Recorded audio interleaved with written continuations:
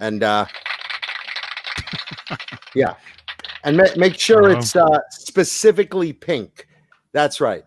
Yeah, I'm buying this with my my new stimulus check, $2,000 right to your custom shop. That's right. Okay. All right. Thank you, Jeff. Okay. All right. Bye. All right, guys. New money well spent. New Kiesel on the way. My first time, I'm going to give them a shot because I figure with that $2,000 stimulus check, I'm going to get it free anyway. So why not, right? Yeah, don't bother paying your bills. Buy a guitar. Yeah, so I figure it's free $2,000. So yeah, don't worry about you're not going to be taxed on it or anything. Yeah, what do I have to lose? Free guitar. Mm-hmm. I mean, Jesus Christ, that's thank you to our government. We got a beautiful new Kiesel coming my way. I figure I wouldn't pay $1 for it of my own money, but I figure, hey, if the but you'll take some of my money. Yeah, government's paying. Wait a second. Sean Zimmerman, what are you saying? Sean Zimmerman says only $600. Sorry, buddy. Only $600 this time for now. Wait a second. For now. Wait a second. What do you mean? Only for 600? Oh, wait, whoa! Only 600. Hold on now. We didn't. They didn't give the 2,000. Nah. Oh boy. Oh, hold on. You gotta cancel. Yeah. Jeff Kiesel, please. Yeah, tell him it's John Mancuda. I just placed an order for a guitar. I'd like to initiate sales code J Hannon. Yeah. Yes. Full cancellation, correct. Yeah, real sorry about that. Maybe next stimulus check. Oh, okay. All right. Thank you. God damn it. Okay, yeah. Sorry to bring that into the show. I just yeah, that sucks. Okay. Well, hey, welcome everyone to Talking Guitars and 80s Metal live. As live as you can get, I suppose. Yeah, we're here. It's December 29th, 2020, 8:12 p.m. Eastern, 5:12 Pacific. And we got Neanderthal. Hi. Great to be here. Handsome fella. Great to be here. How's your mic? I don't know. Is that the young boy? Is that the young boy you adopted? Yes. How's your mic? Oh, I have no idea how my mic is. He's under the desk. You guys will have to tell me because I'm just running it through the board and sounds good. Not monitoring it. Yeah. All right. Then great. Sounds good. Sounds good. Young boy joke aside, it sounds good. Yeah. Well, I just ignored it because. Wow. John Mancuda. Hey, man. Hey, what's going on, fellas? Hey. And my buddy Blue Rhino over there, fresh back from Christmas vacation, stuffed his little gullet full of gingerbread. Oh. Isn't that nice? Yeah. Oh, John, gingerbread's not good for you. You shouldn't eat so much. Does that have gluten in it? Yeah, it does. And I love gluten. Yeah, I can't do the gluten anymore. Not at all. She told me that I should get the gluten-free cookies at Trader Joe's because they're just as good. They're just as good as the regular ones. They're not. So just as gluten. Just as good. They're just as good, John. I'm telling you. Mm-hmm. I don't even know what has gluten in it and what doesn't. If it tastes good, it has gluten in it. Everything. I know that there was a a gluten factory processing thing in Kansas City when I lived in Kansas City, in North Kansas City. If you were driving through the city, after you went through the downtown area, you get on the north side, and it was this weird smell. And I was always told it's processing, it's gluten processing, whatever that is. I'm guessing it's it's from wheat. I think actually they meant glue processing, and it's from No. horses. No, not there. No, but so there was these dueling stenches in Kansas City. There was the gluten on the north side, and on the south side, as you were heading out of Missouri and getting close to the Kansas line, because Kansas City is right on the state line, you get close to the Kansas state line, and I think there was a Folgers coffee factory there. So it was the smell of burnt coffee on one side of the city and gluten processing on the other side of the city. Oh my gosh. And then if you got too close to the stockyards, it was the smell of slaughtered beef. Mrs. Olson's waving out the window at you. Yeah. Paul, come try a cup of Folgers. Yeah, so there was all kinds of nasty smells in Kansas City. It's a smelly place, is what I'm saying. There's a lot of vaginas in Kansas City. Kansas City's a cool town. I wasn't going to say that it stank there, but Midwest, man. The douche processing. I used to live there. I know. Factory. You lived in Kansas City? No, I lived in Nebraska. Right, yeah. Nebraska smells like ass. But And not like Sofia Vergara ass either, like Cameron Manheim ass. Oh, Now, see, here's the thing. Before anybody bitches that I'm hurting somebody's Cameron Manheim fans' feelings. I don't know who that is. Exactly. That's the point. The point is that Ms. Manheim is a talented actress and by all accounts a lovely woman, but the name Cameron Manheim sounds good in a joke. She didn't do anything wrong. It's just Cameron Manheim runs. You know what I mean? It just sounds good when you say Cameron Manheim ass. It's three words that go together that sound funny. you know, it's like when we're in the sandlot there and, you know, we're playing football and that guy gets in front of you, bends over to hike you the ball, and he's like, hey, 42. It's like, hey, fucker, you wash your ass crack today. Hold up the numbers. You smell your ass crack today? It's like one of them smells, right, Paulie? No. It's nothing like that. No, it's no, gluten does smell terrible though. It is a terrible smell. And if you are watching this from Kansas City, you know what I'm talking about. If you've ever been through Kansas City, the only place I've ever been, there's been two places that smell worse than Kansas City. Jackson, Mississippi, because there is what is it? A pork farm, I think. Like just west of it, so the wind blows that stench into the city, and I think the same thing in Illinois. I forget the name of the town in Illinois, but there's some stank there too, and you just kind of go, you know, like bacon. You know that smell in Bakersfield when you get, I know what bacon smells like. I mean that. No, that you know, you go delicious.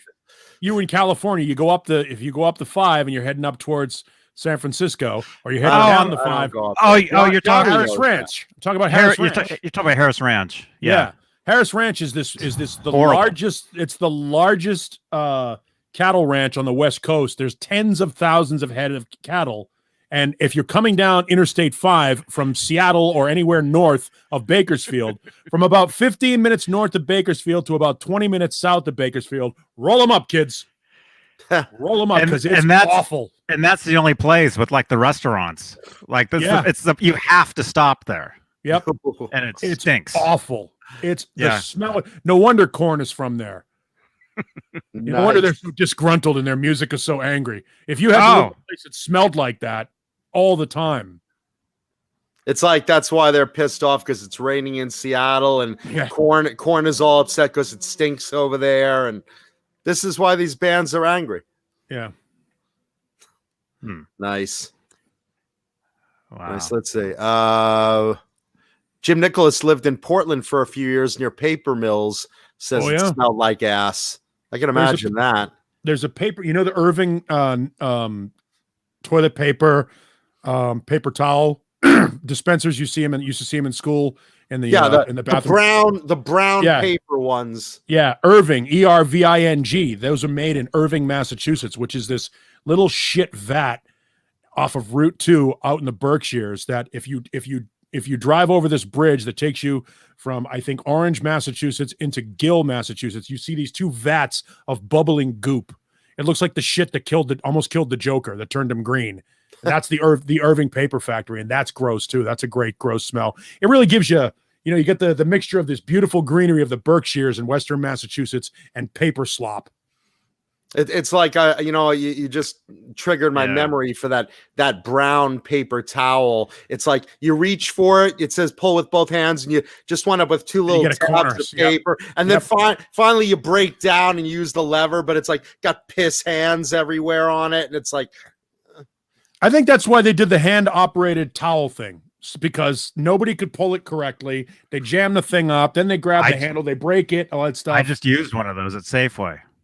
The Safeway bathrooms still use those, the brown paper towels, and you get them wet and they start to smell. First of all, if you're using the bathroom in Safeway, those paper towels are brown because people like wipe their ass with them already and are recycling them. Put them back on the roll, man. Put them back on the roll. It's funny he mentions that, though, because those paper towels, those brown paper towels in the old dispensers, when you got them wet, they did smell like a wet paper bag.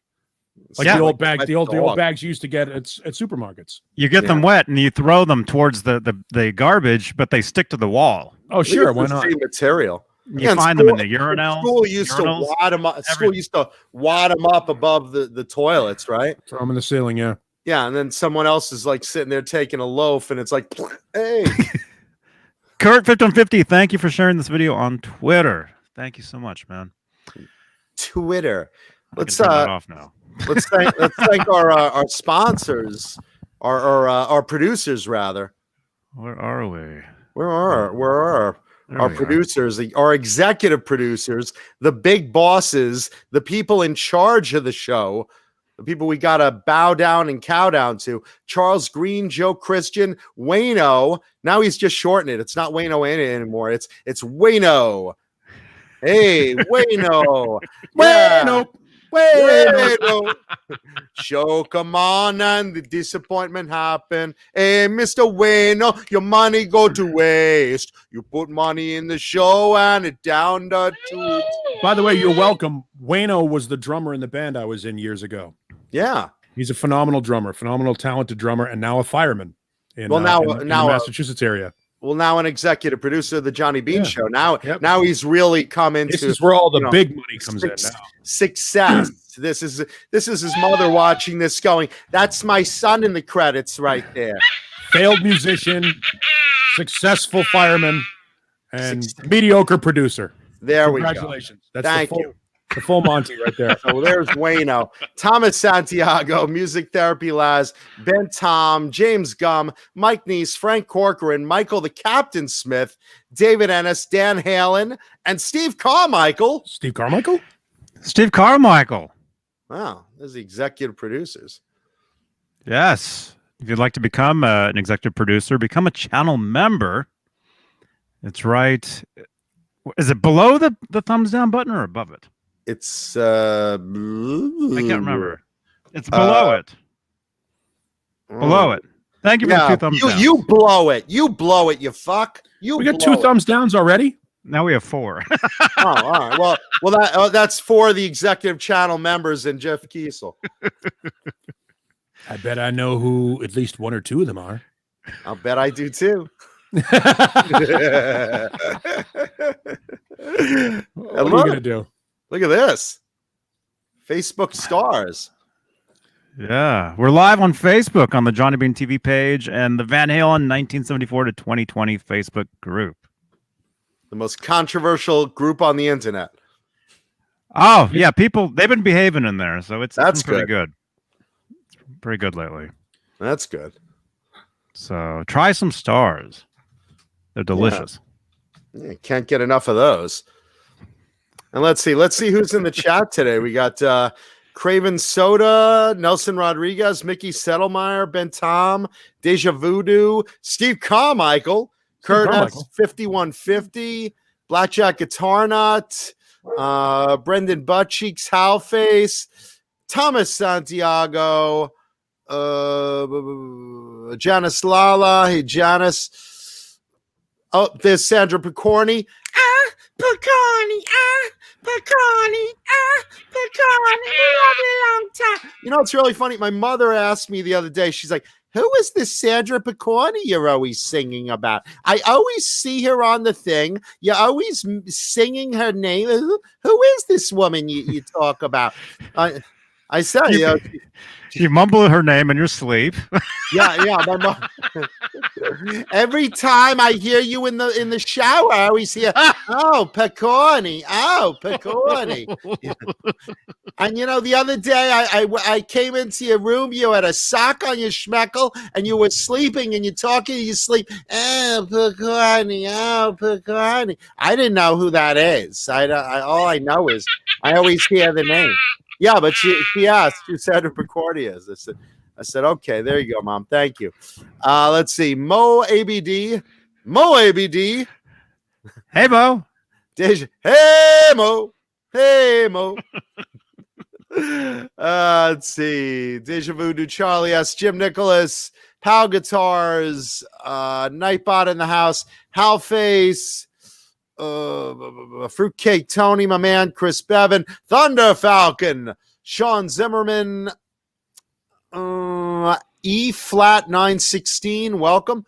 Tubsupio, Wolverine, Sean Zimmerman, Chops.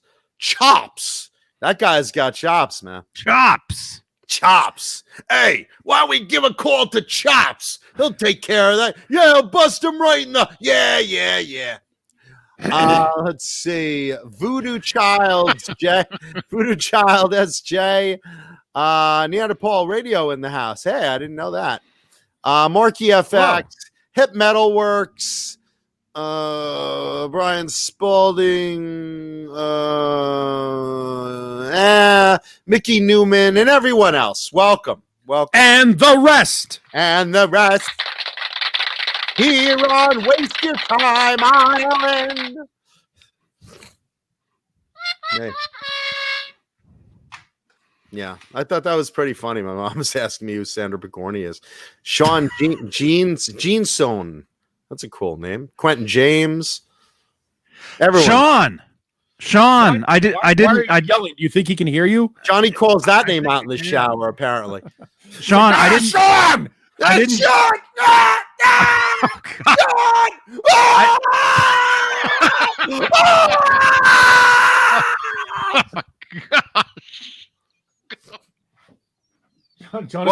John's like, my internet service isn't so good. Let me open the window. Sean! Sean! I didn't get your package yet. My gosh. Hopefully tomorrow. Oh, there I was looking for his package. Hey, Paul, wouldn't you like to see that guy's package? Looks good on you, though. It sure looks good on my chin. Oh, yeah. Blowing bubbles. Bubbles was my house attendant. Bubbles was in cell block D and says, hey. So how was your Christmas, kids? Did everyone have a nice Christmas? Or it's 2020, I guess it's Fistmas. I got some stuff from Mike Neese. Oh, yeah? When did I open that? Was that Saturday? I don't know, but I did see the box. I did see the box that said to Neanderthal and John. Yeah. Johnny gets all these boxes of stuff for us. I got a bidet. You think I'm kidding? I got a bidet. You got a real bidet? Yeah. Who got you that? I'm afraid to ask. Her name is Marianne. She got me a bidet. She got you a bidet. Well, so I don't run out of paper towels or toilet tissue. Yeah, it sounds like she's a real keeper. Yeah, a bidet. Yeah, just what every guy wants. It's the weirdest thing. It's like it's you have to attach it underneath the toilet seat, and it's got like these little things on it to put space between the toilet seats so that everything is level. And then you got to actually, it's like the old meme where you basically attach the bidet to the spout that comes out of the wall underneath the toilet tank. And I guess there's a button you push and you get a nice, I haven't put it together yet because I don't have heat. I haven't had heat since Christmas Eve.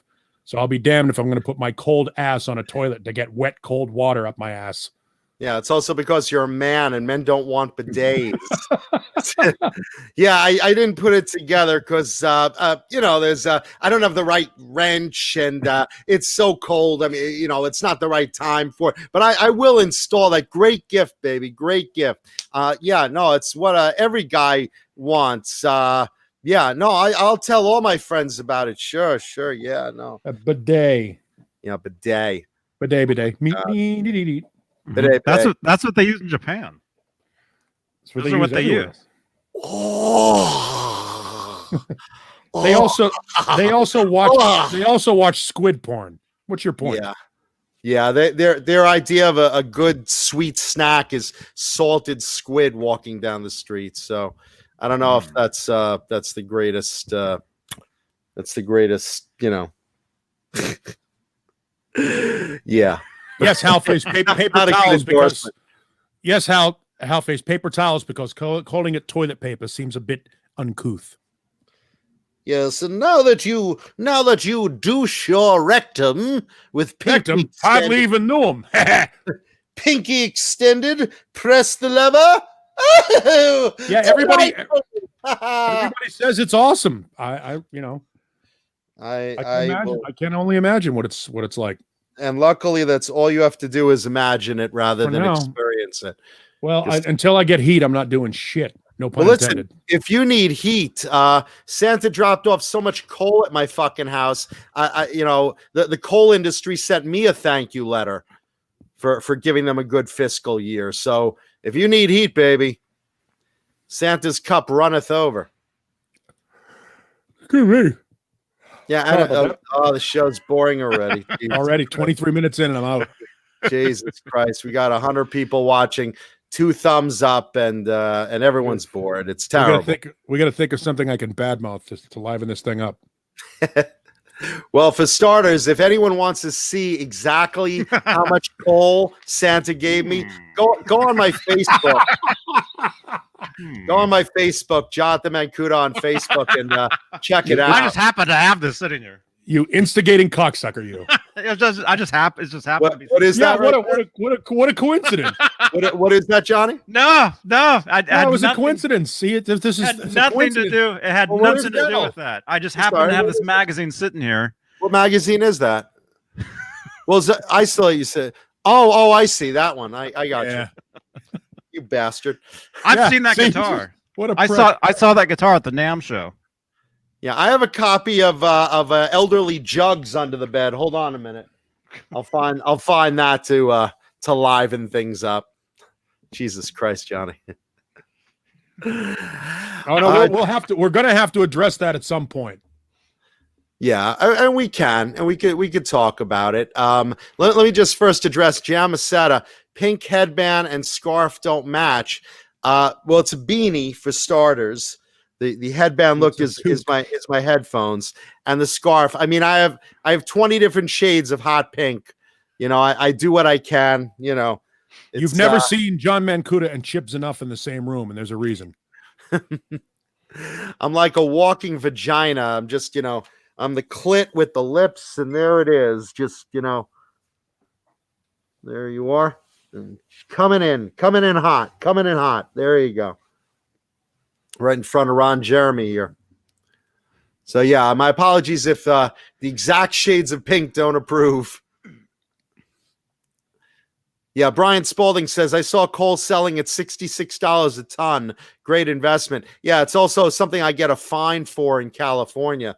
So I'm actually kind of screwed because it's all over my fucking lawn. It's everywhere. He left me stockings and my car is covered in it, and just it's not pretty. It's not pretty. And I thought I was a good boy this year, and he left all these treats. He left all these treats for Blue Rhino, and I mean, he got gingerbread man and more boxes of Hydrox cookies. He got ice cream gift certificates. By the way, Hydrox. Why Hydrox? Why Hydrox? Spend the extra money and get the Oreo. Oh, no, my friend. Hydrox are more expensive, and they're the original ones. See here. Hold on. Here's a life lesson. Hydrox. Hydrox are the greatest sandwich. Don't you start up David Crosby.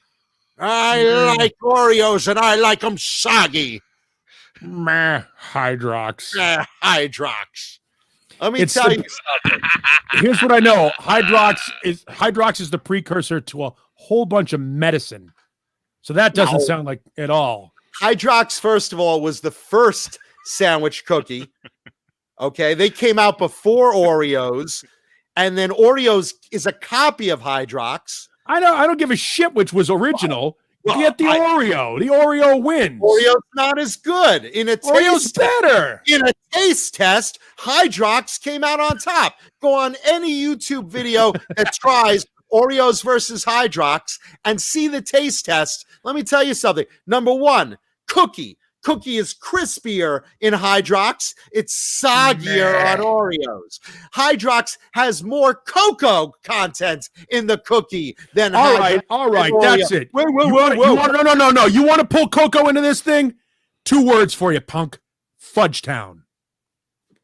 Dude, they don't make Fudgetown anymore. I love those things. They're fucking EL Fudge now. They've changed the name, but they're the same. They're not even. No, they're not. They're not as good. By the way, the best part of the Fudgetown was Fudgetown. The cowboy. The best thing about Fudgetown was you took your fingers and you pushed all the extra chocolate goo that was coming out of the little hole in the middle back into the sandwich before you ate it. I actually just scraped it off with my teeth. Did you really? Yeah. There was two different. There's only 2 different ways to eat a Fudgetown. You take the cookie, and because for those that don't know, the Fudgetown is almost like a shape of a flower. It used to be in the shape of a flower. Chocolate cookie. Yeah, chocolate cookie with all like chocolate fudge, the kind of stuff that's in basically coagulated chocolate sugar. Like think of chocolate Oreos or chocolate Hydrox, whichever your choice is. And then, but they put so much stuff between the cookie that some of it would come out of the goo would come out of the hole in the middle. So you took your fingers and you grabbed it and put your fingers and pushed the goo back in before you ate the cookie. Yeah, it was like gay porn. You just push your fingers in the hole to get the brown fudgy stuff back in there and loosen it up. Fudgetowns were awesome. Yeah, well, first of all, let me finish because I'm not even done schooling. Look, the Hydrox looks like you're eating. Hydrox looks like you're eating a piece of plastic. Those are. Look at those. Those are delicious, and the cream filling in those not only has no high fructose corn syrup, it's pure sugar and vanilla. It tastes better than the Oreo filling. Yeah, see, Brian Spalding, Hydrox, what a tasty cleaning product. Yeah. The name is what it doesn't. It doesn't win. Oreos has a cooler name. But if you look on YouTube, they have tons of taste tests. Everyone chooses the damn Hydrox. I challenge you. I challenge you. Now, here's the thing: Hydrox and Oreo is a great example of Coke versus Pepsi in the cookie world. Yeah, I prefer Pepsi over Coke all day, all night. Forever. Coke. Pepsi better than Coke. The world has chosen Coke. That's the Hydrox Oreo thing. You might like Hydrox better. The world has made Oreo the number one. It's Oreo, like Xerox and Charmin and what I mean? The problem with Hydrox, they came out a few years at a time, and they changed the name to Droxy's once, and then they changed the company that owned them from Sunshine. I think at one point someone else took them over, and then now they're owned by Leaf Brands, and Leaf put them back in the stores. But Oreo has such a domination on the shelves, with like 20 different flavors, and Hydrox are one, that they don't want Hydrox on the market, so they push them out of the shelves. They tell retailers, do not allow Hydrox on there, or we're going to cut your supply of Oreos, and that's what they do. So you can get Hydrox on Amazon, and they're so worth it. And you read the reviews on Amazon, and you will get a cookie boner. I used to eat Hydrox when I was a kid, and then Oreo, because Oreo is just, it's almost like Budweiser. You go to a bar, all right? Whatever your favorite beer is, right? Your favorite beer is, give me a blah, blah. Oh, we don't have that, bud. When you go into a store and you go into the cookie aisle and you see that black, blue, and white package lining the entire shelves, and then, God help you, you see the pink double stuff package. It's not pink anymore, unfortunately. Yeah, well, I know, because you have a whole closet full of it. Yeah. I love double stuff. Yeah, that's the thing. I don't eat a lot of junk food anymore. So the only junk food I literally eat, I drink a ton of the. Now I'm even drinking the healthy Pepsi, if there is such a thing. Yeah, well, I'm drinking Bang Energy drink, sponsor of the show. And let me tell you something else about Bang Energy drink, because apparently I got a correction, not an erection, but a correction the other day. I announced their new flavor as all natural Nitro Jack, Froze Rose, and it's actually pronounced, a friend corrected me on this, Froze Rose. It's got a little accent on the E. So I have the little tilde. I have fooked up. I fooked up. You fooked it up. I fooked it up. So it's Froze Rose. So there you are. New Bang Energy drink, Froze Rose, to go with my Hydrox cookies that I love so much. There you go. Yeah, by the way, Hydrox package also is blue and white. Like the Oreos is blue and white. That's another problem. Yeah. No, they're what, 3-4 years difference between the two. It's not necessarily the first one through the gate. It's the one that goes through the gate that gains traction. Yeah, but Hydrox is better. It's just bad. Seriously, in taste tests, Hydrox clearly beats Oreos. Just I don't even bother. Watch it on YouTube. That's like Chips Ahoy. I got to have Chips Ahoy. I like Chips Ahoy. Yeah, if I'm going to buy chocolate chip cookies, Chips Ahoy or nothing. But I also like Richard chips. Yeah, Brian Spalding says, "Hey, moderation, man, Kuda, moderation. Give your heart and colon a break." Listen, man, I'm on a death march with junk food. I won't be long for this world the way I eat. Trust me. This is suicide by food. I assure you. I've seen him eat too, and he's not. Yeah. Yeah, I'm not a healthy eater. I mean, I have this Chinese food in my fridge right now, a big ham in my fridge right now. There's vegetables in the bin, and they're very, very lonely. I just made my quarterly junk food run, if that, maybe even semi-annually junk food run. I happen to find myself in a Safeway at a time when they had Tina's burritos, red hot beef burritos in stock. Oh, wow. They don't anymore, because I bought the whole box of the big beef burrito and 2 of the small boxes of the red hot beef burrito, because they're 3 for $1, and the beef burrito's $1 a pop, and they have like 23 grams of protein in them, 9 million grams of sodium, but 23 grams of protein. And that's like one of the only junk food things I eat. So I just stock my freezer with that. And when I want something that's a snack, I'll grab one of those little 30-cent, and by the way, they're a lot smaller than they used to be. They had to be, I don't know, 9-10 inches long. They used to be. Now they might be 6 or 7 inches, but it is winter, so it's probably cold, and that's why they're not as big. Nice. I was gonna make the joke if you didn't. Great minds think alike. Yeah, Bozique says same thing, man. And let's see, someone else. James Gum just ordered 2 packages of Hydrox. Thank you, James Gum. And listen, I challenge our audience: if you don't like Hydrox better than Oreos, send them to you. Hydrox to me. Absolutely, yeah. I will eat every one of those. I guarantee they are better than Oreos. I guarantee you. And Fruitcake Tony asked me, "What's my favorite candy bar?" Probably either Twix or Baby Ruth. I like Reese's peanut butter cups because everyone does, but it's not really a candy bar. But probably Twix and Baby Ruth are my 2 faves. Or Nutrageous, which is like a Reese's version of Baby Ruth, kind of. I think I only eat like 4 candy bars total. I mean, the straight up Hershey's milk chocolate, and of course the variation, the Hershey's crackle, Snickers, 3 Musketeers, and Twix. And that's about it. That's it. Just all the popular ones in this row. No, because I don't eat like Almond Joy or Mounds or Charleston Chews or any of that other nonsense. Payday and I love Paydays too. I don't do Milky Ways. The only way I eat peanut butter is if I have a Reese's cup. I don't like peanut butter, with the exception. Yeah, it's the only way I eat peanut butter. Oh, I love. Or if my friend Laura bakes me her special cookies, then I'll have one. the special cookies. Mhm. Peanut butter and THC, baby. special ingredients. THC groove. I got that THC. Listen, Eduardo Marino Porto, you could get Hydrox on Amazon. Just go on Amazon and you could order Hydrox. They're so fucking worth it. Oh The funny thing about Hydrox, and this goes back to what you were saying earlier about the whole cookie wars or storage, the shelf wars in supermarkets. If you go to your local bodega or like off-brand supermarket, Hydrox wall to wall. No, you won't find them. You will not find them.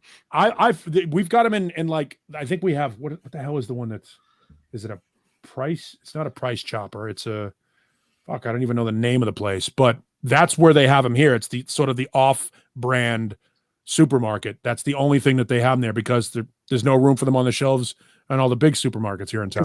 They're not cheap. They're not like a discounted version. No, that's not what I'm saying. I'm just saying they're just because they have the politics of shelf space. Mm-hmm. Like a lot of people don't understand, and I know this is very much about guitars and 80s metal. Yes.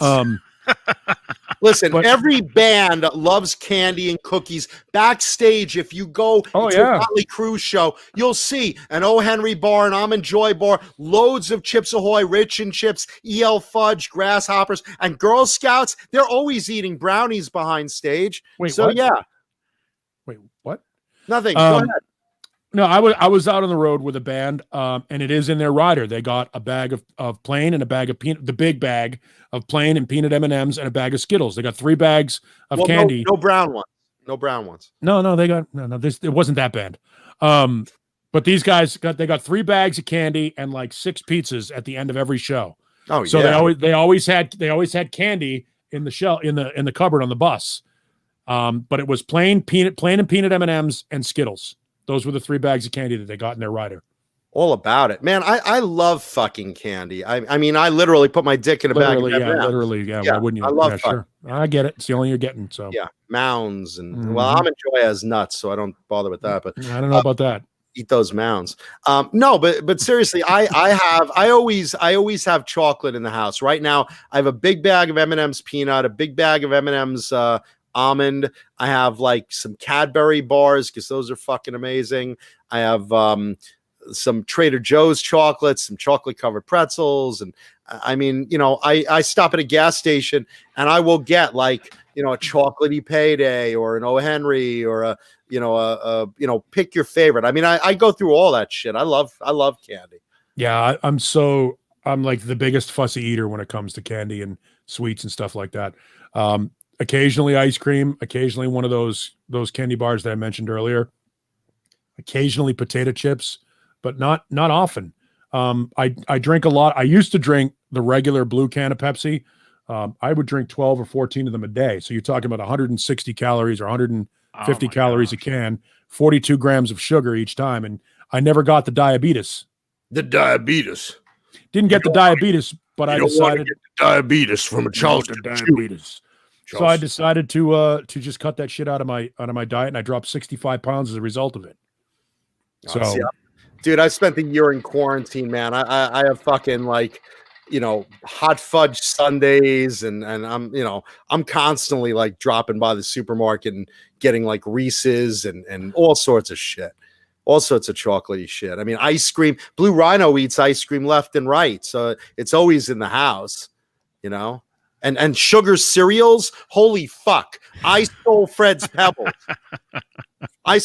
Pebbles. Fred Barney, you're like, Barney, you stole my Pebbles. Oh, you didn't take them, Fred. It's that big guy in pink. Ah!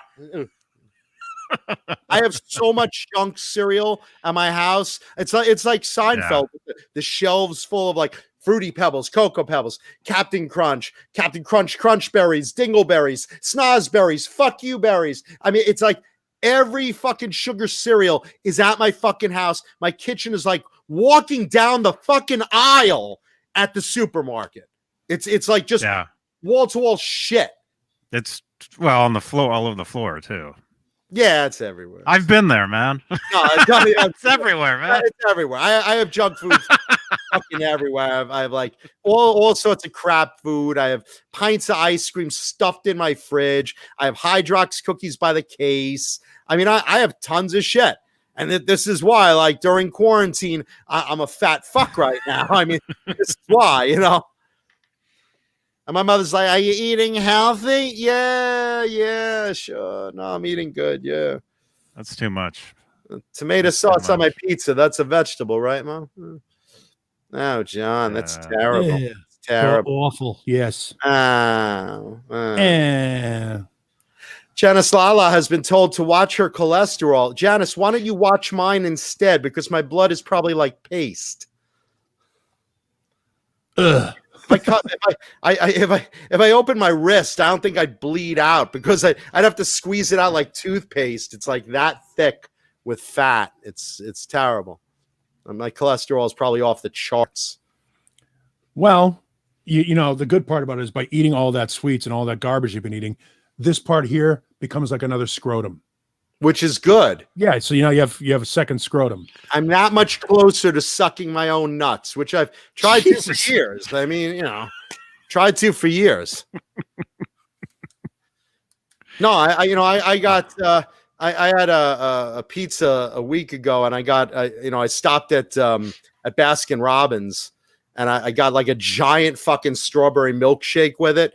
And I'm like, because I'm worth it. And I'm like, oh God. Oh my gosh. Was that when you had the McRib in the middle of the pizza? Yeah, it was that time. Oh my God. That's insane. Yeah, no, I'm McRibs are fucking disgusting. I love the goddamn McRib. Oh. Did you see those McRib Oreos? That's the flavor of Oreos, baby. You want Oreos? No shit. Look at this. This is the one for me. If you guys haven't tried these, hold on. There we go. Right here. Hold on. Look at that bad boy. Look at that. You see that? Fucking gross. McRib Oreo. Hey. No, these are delicious, man. I think they're only available in Florida. Well, I mean, obviously that's photoshopped, but you can actually make one of those. A McRib Oreo? Yeah, you get a McRib, you get some Oreos, put them together, and you eat it. Yeah, people do that. I do all sorts of stupid shit. I'll put chocolate sauce on my tuna sandwich. I mean, I'll go for anything. It's all good.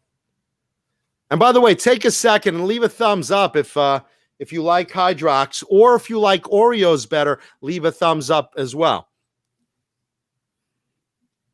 So I'm just saying. Yeah, so just take a second, leave a thumbs up, please. I used to eat those Newman's Own sandwich cookies. That's gross because that's Newman's Own cream. Ew. Like that Johnny, he jerks off on those cookies. That's gross. Nah, says it's his own cream. John, you're obsessed with cock. Listen, you know, you are what you eat. I mean, You're obsessed with cock. Obsessed with it. Obsessed with it. Like, especially tonight. You just, I don't know, all the cock you can talk about tonight. And sugar. Just, sugar on the cock? I'm gonna walk around town and see how many girls I can get to suck my cock if I pour sugar on it and cover it in chocolate. I'm just, it's a lonely fucking quarantine, man. It's a lonely quarantine. Pour some sugar on penis in the name of love. Yeah, Jimmy Stewart wants to know, is this Tuesday cock talk? Yes, it is. Speaking of Jimmy Stewart and all the Christmas movies, did you guys watch any Christmas movies? I actually saw, for the first time ever, I saw White Christmas, and I never saw it. I thought it was a racist movie, and then I realized, oh wait, okay, they talk about the snow. It's not a man holding me back kind of thing. It's they talk about it's snowfall. So You know, I saw that, and it's the dancing extravaganza. No, I didn't watch any Christmas. No, I watched a Simpsons. I've got Hulu Plus, and I watched The Simpsons last night. And it had something to do with somebody from like the big city was sent to Springfield. They were filming those Hallmark Christmas movies in Springfield. Love and that. they had sent somebody to pick up the pace because the film was like lagging or something. Every Hallmark Christmas movie is the same. Brenda, an event planner, has to return to her high school town which she left to go for the big time to seek her fame and fortune. Unfortunately, her mother's bakery has fallen on hard times, and she has to go back and arrange the Ring Around the Rosie Christmas Tree Festival. When she runs into her ex-boyfriend, Pete, who had to stay home because his family farm was failing at the time, and he always regretted never following her and her dreams. Pete has to cater the dairy to the Ring Around the Rosie Christmas Tree. Will Brenda and Pete rekindle an old love? Yeah, but the problem is Brenda's corporation that she works for now wants to take over the land that Mom's bakery is on. So she's really torn between doing what she has to for work and doing what she has to for love and family. What will she do? I mean, we do this as a bit on the show, where we have a listener call in and we ask them Mark and I will find two of the premises. I'll grab a couple of premises and read them to you, and you just tell me which one you would rather see. That's basically what we do. Is we have the listener decide what movie people should watch on the Hallmark movie channel. So I'll find a couple of these. These are fucking ridiculous. Ridiculous? Ridiculous. All right, let me see if I can find a couple of these things. They're so stupid. Oh, I love it. Oh yeah, no, the movie guide. Here we go. 2020 movies. We'll go with 2019 movies so we don't ruin it for everybody this year that hasn't seen them. Yeah, please. So good. We're still in Christmas mode. I'm still watching Christmas. Here we go. Chateau Christmas. Margot, a world-renowned pianist, returns to Chateau Newhouse to spend the holidays with her family. The Newhouse family are fantastic people, by the way. I'm not sure you knew that. And is reunited with an ex who helps her rediscover her passion for music. And herself. In the process. How about One Royal Holiday? When Anna offers a stranded mother and son shelter in a blizzard, she learns they are the royal family of Galwick. Anna shows the prince how they do Christmas in her hometown, encouraging him to open his heart and be true to himself. I mean, they're all fucking ridiculous. On the 12th date of Christmas, two seemingly incompatible game designers team up to create a romantic citywide scavenger hunt theme for the 12 days of Christmas.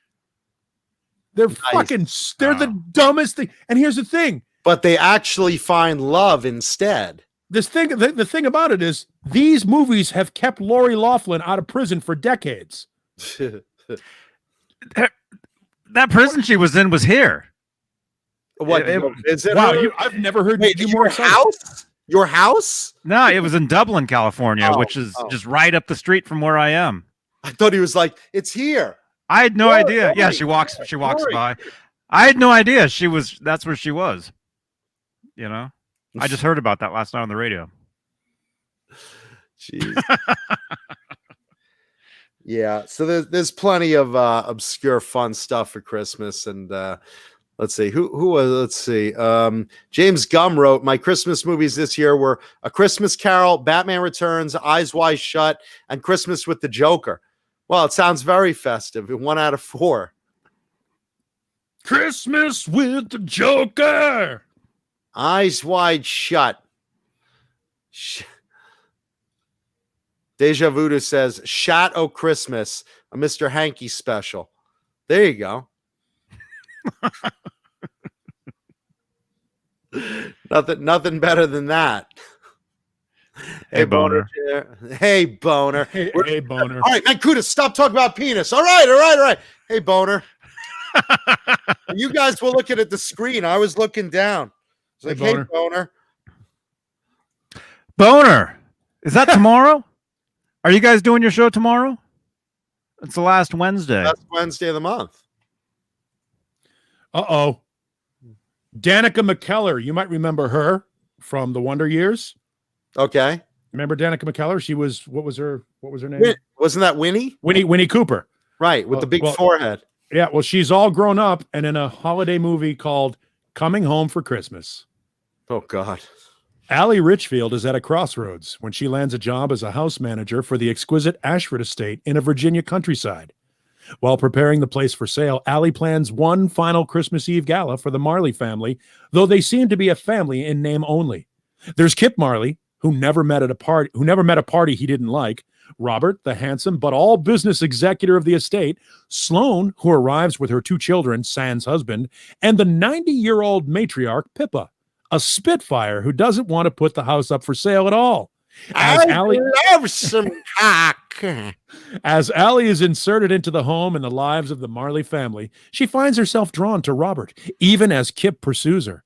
Can she navigate her suddenly complicated love life while helping mend family feuds and maybe teaching all the true spirit of Christmas? I think Kip wants to insert himself in and navigate Allie. Ridiculous? Yeah. That's so ridiculous. I really want to write some of these because it's just like, and you could use the same 4 actresses. Mm-hmm. That's what they were saying on The Simpsons last night. Was they're all exactly the same. It's just you just change the names of the people of the show. Oh yeah, well it's like your it's like your horoscope.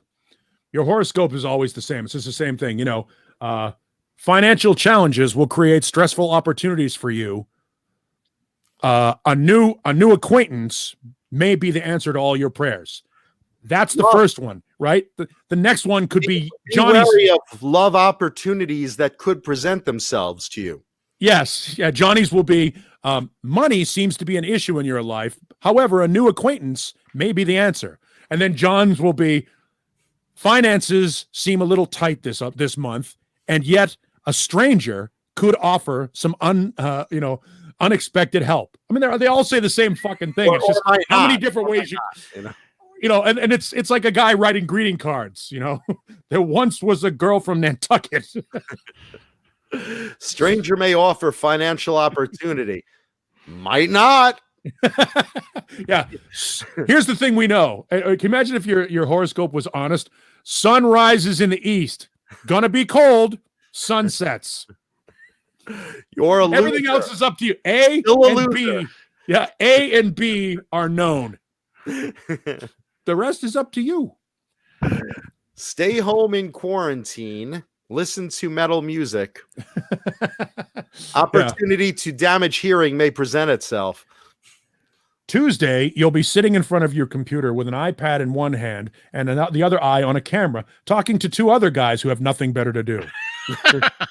That got all 3 of us in one. Life will not improve between morning and evening.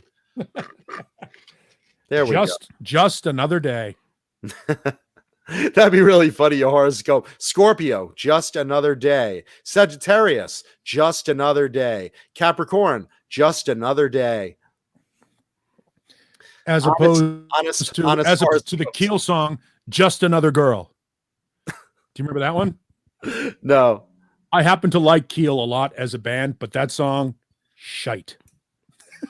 You know, it's funny. Ron Keel does a podcast. Yes, and he recently had Brian Wheat of Tesla on there, who is actually I'm getting a copy of his book sent to me as a PDF as we speak. Wait a minute, as a PDF? Yes, because they're not going to actually give me the book. They're sending me He won't give you an actual book? No, because here's the deal. He lives in another part of the country that I'm not going to say. Right. And we're setting up to do the interview when I get back. We're going to do an on-air interview. We talked about this on the show. Right. We're going to do the on-air interview for the book when I get back to work, which isn't until January 4th. So they're sending me the PDF instead of sending the book to the radio station. They're just going to send me the PDF so I can have the book read by the time. Not that I wouldn't want to read it anyway. Right. So I can have it done and ready for the time when we do the interview next week. But he'll give you a physical copy. Oh yeah. Interview, right? Okay. Eventually I get one. Yeah. I was like, we've plugged that book on here, and you're going to plug it on there. You know what's funny is I have called him like 3 times since we surprised him. Voicemail every time. Sorry. I am so sorry. Voicemail. We were watching, and we're both Raiders fans, so we were watching the game a couple of weeks ago when Derek Carr pulled his groin in the middle of the game, and he limped off the field. And Wow. I texted him, that'll do it for Derek Carr. Nothing. I heard nothing back. So I think he might be mad at me. Can't imagine why. I mean, I only called him at 11:30. Live on the air. Yeah, live on the air. What do you want, Paul? I was just masturbating. What do you want? Because I'm an idiot. Wait. Anyway, you were telling your Ron Keel, Brian Wheat story. I was actually, I was just gonna say, they were quoting him recently that he was saying about the book that, Tesla has fought a lot, but that's what brothers do. Brothers do fight. You get a bunch of guys together, you go through thick and thin, but even if you have 2 brothers, they fight. And if you have 5 brothers, they fight all the time. But he was saying that, as far as if you read in the book there, there's some feuding in there. And he says, hey, look, there were times, it's tough, it's stressful on the road, but you're with your brothers. As much as you love everyone, you get on each other's nerves sometime and you fight, and you get a little distance between you, but you get over it because that's what brothers do. From my experience with those guys, and I've been friends with them for 20 something years now. By the way, now we're on heavy metal. So right. Everyone leave a thumbs up on the video, please. Now we're on heavy metal talk. Go ahead. My experience with them, and Brian talks about it in the book. Brian and Troy are the 2, probably the 2 toughest nuts to crack in that band as far as personalities. They're both pretty, locked into their ways and doing their thing. Jeff is a free spirit. Frankie just wants to play guitar. Dave has been in the band now for a long time. He's a great dude too. Those guys are really laid back and just doing their thing. It really is Troy and Brian that are the most locked into and focused on the business of the band and have their type A personalities. So I can see where those 2 would bump heads. It takes what he said is those 2 were the most head bumping of the bunch. Yeah, it takes a while to get to know both of those guys. They're both awesome.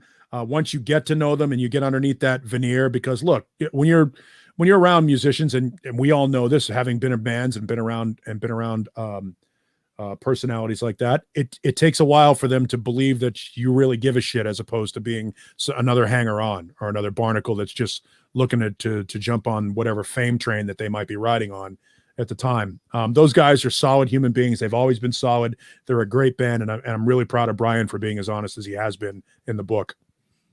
He's a good dude, and you should buy the book. It's called Son of a Milkman.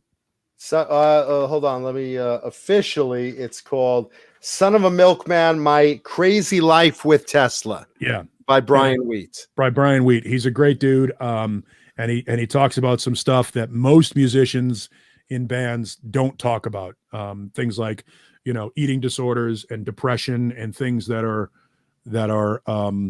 we all deal with, but that Brian was ballsy enough to actually talk about publicly. I mean, you think it's bad writing a song and putting a song out there that people can criticize and rip apart. Nobody likes to be told their baby's ugly. Now imagine you open up all of your insecurities and neuroses for the world to read. I'm sure it's therapeutic on one hand, but on the other hand, it leaves you incredibly vulnerable. And Brian should be commended for having the balls to do that. Because a guy dealing with anxiety, then telling the whole world he's got anxiety, holy shit. That takes a strength that I don't know a lot of people have. And again, Brian Wheat's doing that in that book to encourage others to say, it's okay. It's okay to say it. It's okay to admit it. It's okay to ask for help. You know? Because, a lot of books, I mean, I read a lot of metal books too, Stephen Pearcy's and Sebastian Bach's and Slash's and, Mötley Crüe's The Dirt. And they're all, the typical, as much as this is what I love, fun and partying and backstage blowjobs and getting in fights with the manager and shenanigans on the tour bus and craziness on the tours that got canceled and, all that stuff. And that's great. That book has that too. But it also has the vulnerability that he's kind of letting you behind the curtain of that you wouldn't normally see in a tell-all book like that. He's basically putting himself at your mercy of judgment of, hey, look, I've had eating disorders. I've had depression. Here I am, bear it all. It's it looks like it's going to be a good book. It's and by the other thing is a bass player coming out he's not the most frontman. He's not the guitarist. He's not the most outspoken guy in the band, for a guy like that. So he's quiet to begin with. If you've ever looked at I actually have a great picture. I'll send it over to Johnny. A great picture. Here's how fucking awesome Tesla are. So I'm living in Kansas City, and my where dog it smells. died. Yeah, where it smells. and my dog died. From the smell? No, but my dog, and it was my first German Shepherd, and he died. He was 11 years old, and I'm looking for the picture so I can send it to Johnny. He was 11 years old, and he died the night before Tesla was supposed to play in Kansas City. So I let the guys know, I go, look, I'm not coming to the show. I'm not in the fucking mood. I can't deal with it. They said, you have to come. You have to come to the show. We can't have to deal with this stuff. You gotta get out. You can't be sad, all that shit. So they made me come to the show and then dragged me on stage to play with them and sing with them, which was fucking outstanding. It was one of the most amazing experiences of my life, was being on stage and singing with Tesla. Like, who fucking does that? That's awesome. They screwed their whole show up to make room for me. And I thought, that's the most amazing, like selfless thing ever. Well, that's what Johnny said he did when he brought you onto this show. He yes, said, I'm going to screw the whole show up to bring Paul. Yeah, and he did. Yeah, well, he well, you too, John. I was about to say he screwed it up more by bringing me on, but there was like 3 other people here originally. They all vanished. He's trying to cover my mistake with you. It's not working well. Oh wow! Listen, I'm the first person to say I've torpedoed this show more than anybody. I have definitely sunk this show to new lows. So, is that you? Yeah. Oh boy, you sent him the wrong picture, Paulie. That's the one of you in a ball gag. Is that you? Ooh. You think I'm kidding? These guys leather mask and a ball gag in his mouth. Ooh. And here's a great picture. I'm sending you a great picture of me with Brian singing. I think we're singing "Coming at You Live" on stage, and all because they didn't want me to deal with my dog. That's dog. See if I can find the one of us on. That's you on the right. It's me in the black label, and then Jeff on the left. Yeah. Okay, that's great. That's awesome. And just fucking, they're the coolest guys. Yeah, I sent you the picture. Last picture, Johnny, is the one of me and Brian doing backgrounds for Coming at You Live. And it's just, I mean, those guys, to do that just because my dog died. That was really nice. That was really nice. They're fucking solid human beings. Because we're all, at least on this show, we're huge dog lovers. Yeah. So I know I was, when my dog passed away years ago, I was comatose, It's for one of the to things get that and bring him on stage. I mean, that's a big deal. It really is. Good for them. They've done it a couple of times. I was about to leave a show in Boston. And they were doing their acoustic set and pulled me up and made me sit on a couch on stage and gave me a 12-pack of beer to drink while they were playing. Nice. Wow. Yeah. Yes, Craven, I do. I got that. That was a gift from Uncle Zachy. Wow, James Gum. We should have you bronze. James Gum says you 3 guys are amazing together. Ah, that's really nice. Do you see me on the screen as well, James? Or are you just talking Johnny, Ned, and Paulie, or all 3 of us? All right. Wow. Thank you. That's great. Thank you, James. Music Therapy Laz, meanwhile, is dealing with the line at In-N-Out Burger while he's watching the show. 20 cars deep. Yeah, it's like they're giving Johnny and I were going over this the other day. What the fuck is it with In-N-Out Burger that the line is always like 50 cars? Are they giving away free gold bars and pussy? And what are they giving out there? It's unbelievable how efficient they are too. By the way, Johnny, did you put up that one last picture of me and Brian with the spotlight? I want to have that put up as a poster. I want to have that printed as a poster and put that up like on a wall in my house, just as one of the cool things I've had a chance to do. But yeah, the In-N-Out people, they're stunningly efficient. And I went by an In-N-Out last night, and it was like 9:30 at night, and there was still a line coming out of the parking lot. What are they doing there? Oh yeah, they're open till 1 in the morning or 2 in the morning sometimes. And they're always busy. They're always, there's no time. There's just no fucking line there. No, they just have they've a license to print money. No, not that one, John. You already showed that one. No, I didn't. Damn you, Beane. This one, okay. You sent me 4. Yeah, the last one is a cool shot from behind us out into the crowd with like a spotlight.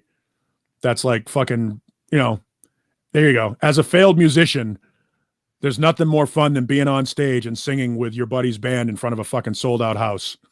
Yeah. Major band. All because my dog died. Man. Yeah. Nice. Good times. That's great, man. That's great of them. So my failed music career has manifested itself as being a beggar and a hanger-on to Tesla. But I'm all right with it. They're so solid. I can't wish them enough success, and I hope Brian's book is fucking massive and people love it. I hope you're in the book. I would hope I'm in the book somewhere too, but I don't know if I am. I know my friend Pat is in the book. My friend Pat is responsible for getting them back together. A guy named Pat Martin. Oh, he found Jeff in the strip club. He was, Pat is the midday guy at 98 Rock KRXQ in Sacramento, California. He's been there for like 30 years. He's also in Dawkins' It's Not Love video. Oh, cool. Because he used to work for KMET down in Los Angeles. And he got them together and said, look, you guys are too good and too special to continue fighting. And they all got together. And because Pat suggested they go see a therapist, they did. There you go. That's awesome. Jay Hannon in the chat of the great Jay. What do you want? Yeah, let's stop the show. He's like, Paul, over here, Paul. There's a fan. He wants you to crank your mic because he's been just dying over those clips from Saturday of your mic and then. All right, Krusty. Jay, here it comes. All right, so there you go. My mic is cranked. You feel better now? I almost feel like that's my Freebird moment. What is it? You had it up on Saturday? Yeah, we were joking because I've had so many mic issues with that interface, with the regular mic interface, that I've gone back to running my mic through a Behringer board, and they were like, "Your mic sounds crackly." So I just pinned everything and said, "How's it sound now?" and it turns out it sounds like a Ministry record. Nice. And then you were doing the Krusty voices too. Yeah. And I was hoping that maybe I could do the Krusty voice so much and get it so on that Johnny would pass out from wheezing, from laughing so hard that maybe oxygen. Oh gosh! Oh god, no! and he dies like Vizzini in The Princess Bride. I never saw that movie. I know you didn't. Oh God, it's The Princess Bride. Come on. I have it on VHS tape in the other room, and I've never seen it. So I watched The Princess. Princess Bride. My girlfriend had never seen The Princess Bride. It's a true story. Is your girlfriend? Yeah, I told you I'd never seen it. Your girlfriend up with Johnny. She'd never seen The Princess Bride, and I said, "We're going to watch this movie." And she goes, "Why?" I said, "Because it's a great movie." And I go, "It's a romantic girly movie that guys love." And she's like, "What are you talking about?" I go, "It's called The Princess Bride." She goes, "This looks stupid." I'm like, "Trust me, it's worth it." And it was almost like your girlfriend. It was almost like in the movie where Peter Falk is reading the book to Fred Savage. At every point in the book, in the movie, where she's like, "Oh Jesus, I've had enough of watching this movie." Fred Savage would go in the book in the movie, go, "Oh come on, will you stop with this?" And they would cut to the scene of Peter Falk going, "Well, you want me to stop reading? You want me to? I'll go. I can go home if you want me to go, or do you want me to continue?" And she was like, "Oh my God, how is this movie in my head? It's in my brain." So like 2 hours later, the movie's over, and she turns and looks at me. She goes, I still don't know if I liked it. I'm a little confused by it because it got into her head. Pepe the Frog, you're wrong. It's a phenomenal movie. It's a classic. It's a phenomenal movie. And thank you, Browns fan. Thank you. We appreciate that. Yeah, no, if you don't like Princess Bride, it's so good. You probably should watch it again because it's really one of those classic pop culture icon movies, that you should see and enjoy. There's so many lines. It's got all of the things that you love in a movie. It's quotable. It's got amazing guest stars. It's a Rob Reiner movie, so it's well done. Andre the Giant is awesome in it. Very cool. And Billy Crystal and Carol Kane steal the movie in one scene. And don't get me wrong, there aren't many times where I'll say Cary Elwes and good actor at the same time, but in this role, he's fantastic. And Chris Sarandon actually does something better than Night Fright or Fright Night. Excuse me. Have fun storming the castle. That's what my mother says every time I go out of the house. You think it'll work? It'd take a miracle. I'm not listening to you. It's such a good movie. Yeah, guys, if you haven't seen it in the chat, just trust me on this. Don't be like Johnny and ignore it. Just go see it. Here's the thing. Why don't you go see it? You have it. Just watch it. You've probably seen the meme or you've heard this. If you've never seen The Princess Bride, you've absolutely heard the phrase, "Hello, my name is Inigo Montoya. You kill my father. Yeah. Prepare to die." Yeah, we've all heard that. That's where it comes from. It's Mandy Patinkin not being an asshole.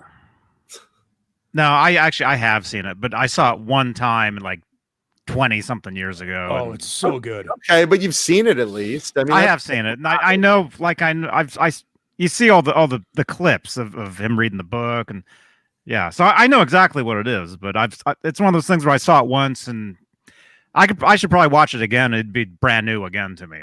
There's one of those little bits of it that I love, like the part where they get to the gate, and the guy's standing there, and they goes, "We want the key," and the guy goes, "I don't know what you're talking about," and he goes, "Fezzik, jog his memory," and the guy just he just clocks him. He goes, "Oh, that key." he just hands it to him.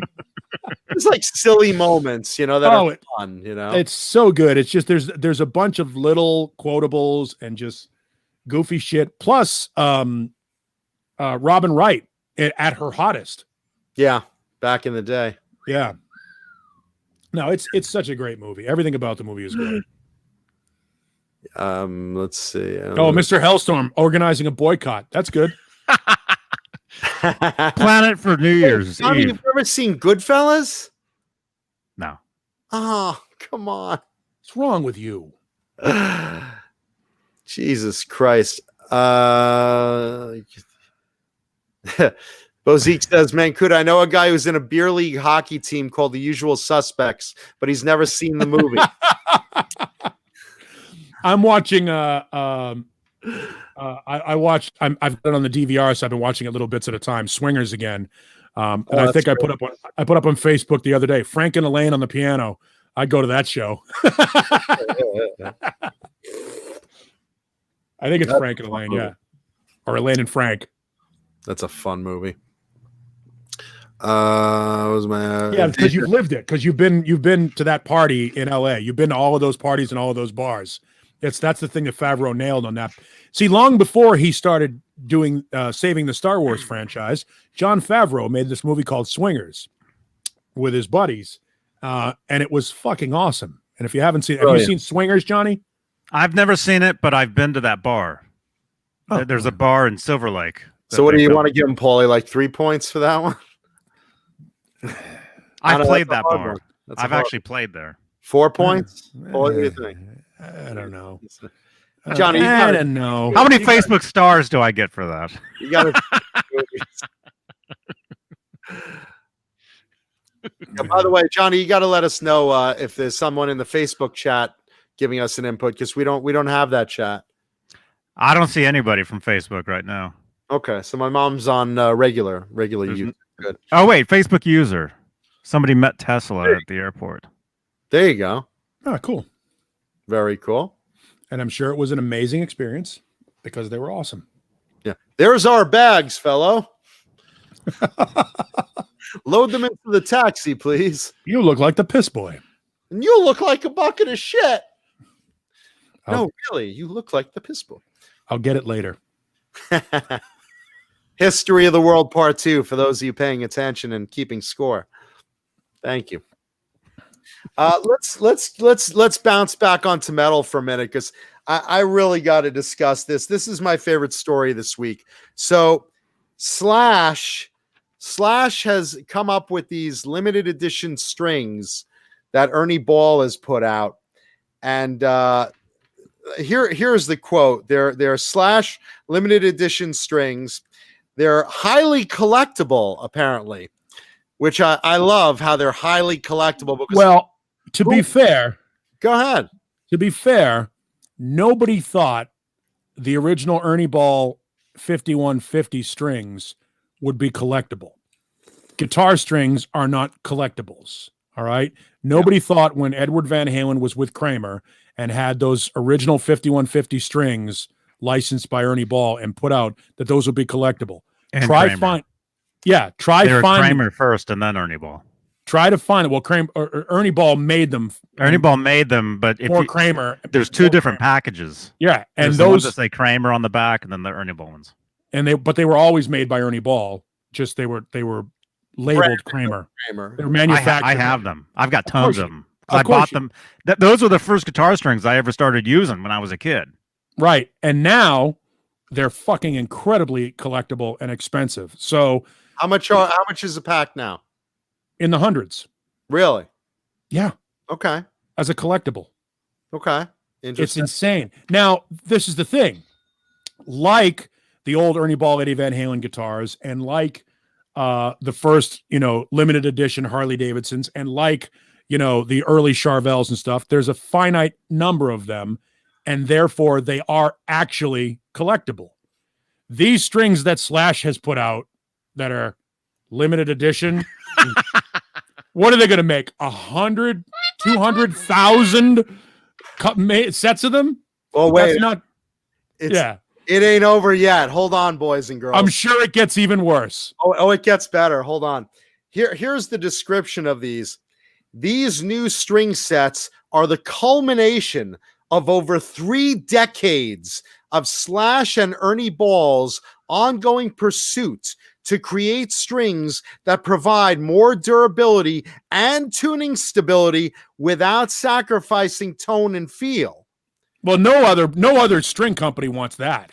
I understand something. 3 decades, that during the Use Your Illusion tour, Slash is playing, and then motherfucker, do a drum solo. He's backstage. Hey, Ernie, listen. Yeah. I'm losing tone. I'm losing tone right now. And the playability on these isn't great either. We got to get together again next weekend and work on this shit. This has been going on 30 years now. 30 fucking years you have been dedicating to this goddamn stupid string project you've been roping me into. See, we got to do it. Listen, we got to get this shit done. So this is the culmination of 30 years of Slash probably breaking his guitars over the stage. I've had it. The tone, the playability on these strings.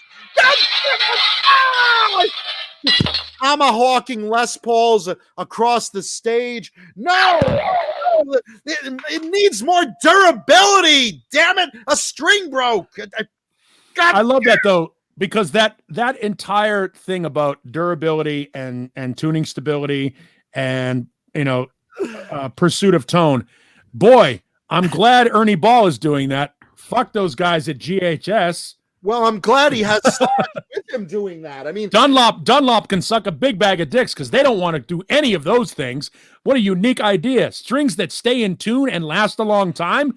What have we been waiting for? And over 30 years, man, they should have like done an Operation Warp Speed kind of thing to get these things out onto the market. I mean, for 30 years, music sucked because of this. I always and thrash metal brings up a great point. I walk into a store. I need some strings. What do you need? 10s. Yeah. Just 10s. Just give me some 10s. I don't give a shit what they are. Ernie Ball, Mark Lee, No. GH.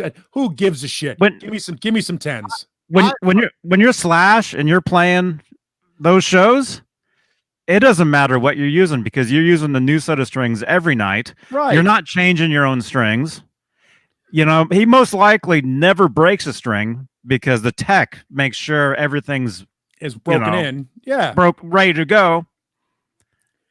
You know, Slash roughs up his tech. Hey, what the hell's with the tuning stability on my damn Les Paul? Meanwhile, it's the strings. Meanwhile, Slash has 15 different signature Les Pauls based upon a guitar that wasn't even a real Les Paul. Yeah. You like that? And don't get me wrong. I love Slash. Lest anybody think I'm bad-mouthing Slash and I hurt your feelings. I do too. I love Slash, and I think everything he does is fucking. He's a modern day. He's the only guy that's the guitar hero that we can all identify with from back in the 80s that still seems to be doing it on a high level. So God love him for doing it. Nice guy too. Oh, awesome guy, super nice guy. One of the few nice guys at a band that big. He has no business being as approachable and personable as he is.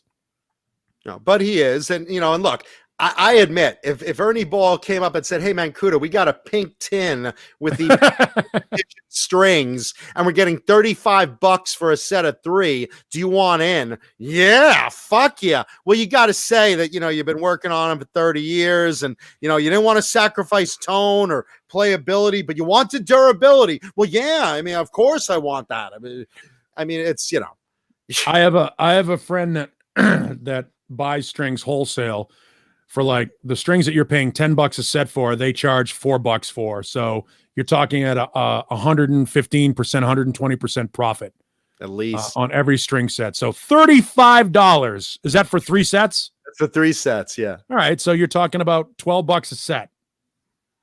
Yeah.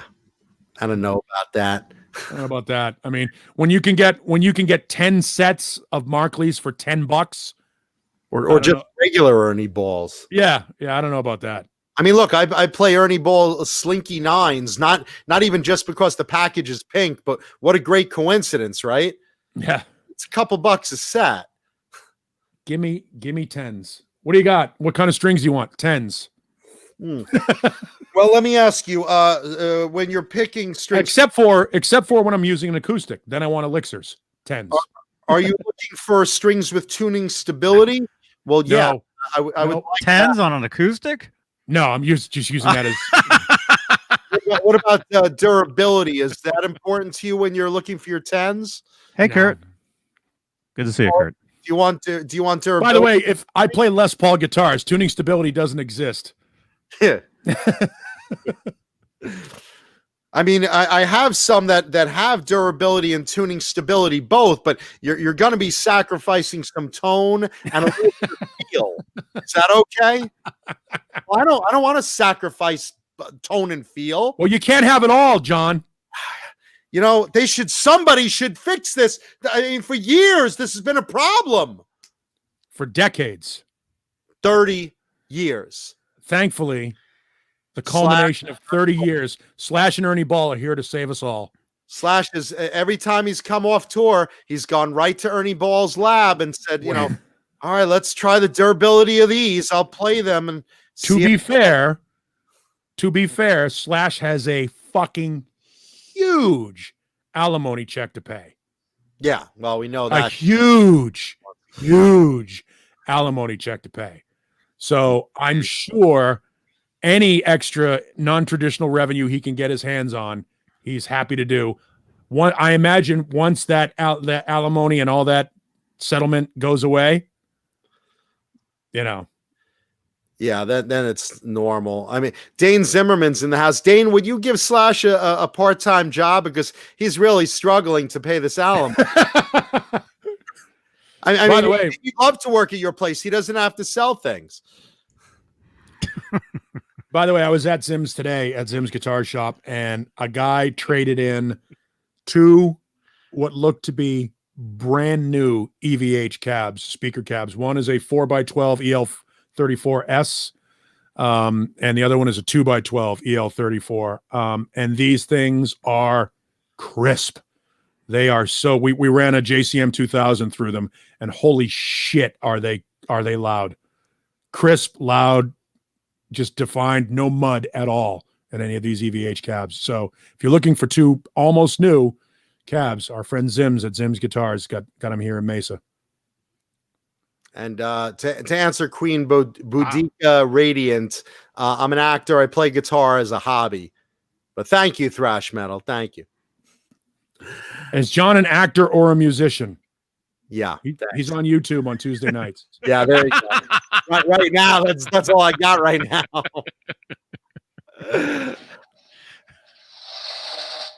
Nothing. He's nothing. Oh, John, why don't you do something with your life? Yeah, really? Yeah, I should be. Rena says I should be a prawn actor. What does that mean? Fuck shrimp? What do you mean? Oh, you could. Yeah, you could be prawn actor. Oh, you could be the Muppet Prawn. You know, it's really funny. My mother actually thought that I was doing porn because the first horror movie I did, Depraved. Someone joked with her, "Hey, John's doing porn," and she like heard the name Depraved, and she's like, "Really?" And then an Australian film I was in was called Enter the Hamster, and she started crying. She's like, "Oh, John, this is terrible. You're embarrassing the family even further than you usually do. You do an animal porn." Well, I mean, to be honest with you, Enter the Hamster does sound like something you and Richard Gere have done. Definitely, both of us says, meh, meh, stupid career, meh, meh, meh, meh, Cuda, meh, Cuda, yeah, meh, slash meh, meh, slash strings, meh, meh. Yeah, you know what I attribute this to? I consider this like money. No, I'm talking like slash strings. It's like Star Wars popcorn. You go into the store, the little kid shopping with mom. Mom's like, "Well, I'll get the generic brand that's really made by Orville Redenbacher." "Mom, look, R2D2 popcorn, Star Wars popcorn." "Well, no, honey, that's the same popcorn. It's just got a character on it. It's Star Wars popcorn, but it's the same popcorn. Just has Star Wars on the box." "No, Mom, I won't be cool like if I don't eat the Star Wars popcorn. It's like Spider-Man cereal. I know it looks like." What do you think you're doing? You're eating the popcorn. Why is there no Watto popcorn? The kosher popcorn. You know why there's no Watto popcorn? No opposable thumb. Caramel corn. It's just on the floor. It's dirty. I have pigeon legs for arms. I'm sponsored by Colonel's popcorn. Colonel's popcorn. Colonel's popcorn. Mention Johnny Beane or Jay Hannon, and like other Jews, get discount. All right, Bobby, you get discount. Yeah, so it's like Star Wars popcorn. It's regular fucking popcorn, but because someone licensed the Star Wars name on it, some little kid's gonna want it. It's the same thing with Slash's signature strings. You're paying $35 for 3 sets of strings because Slash is on it. You're not gonna play like Slash. Yeah, but look, let's be honest, John. You own George Lynch's guitar. You don't play like George Lynch.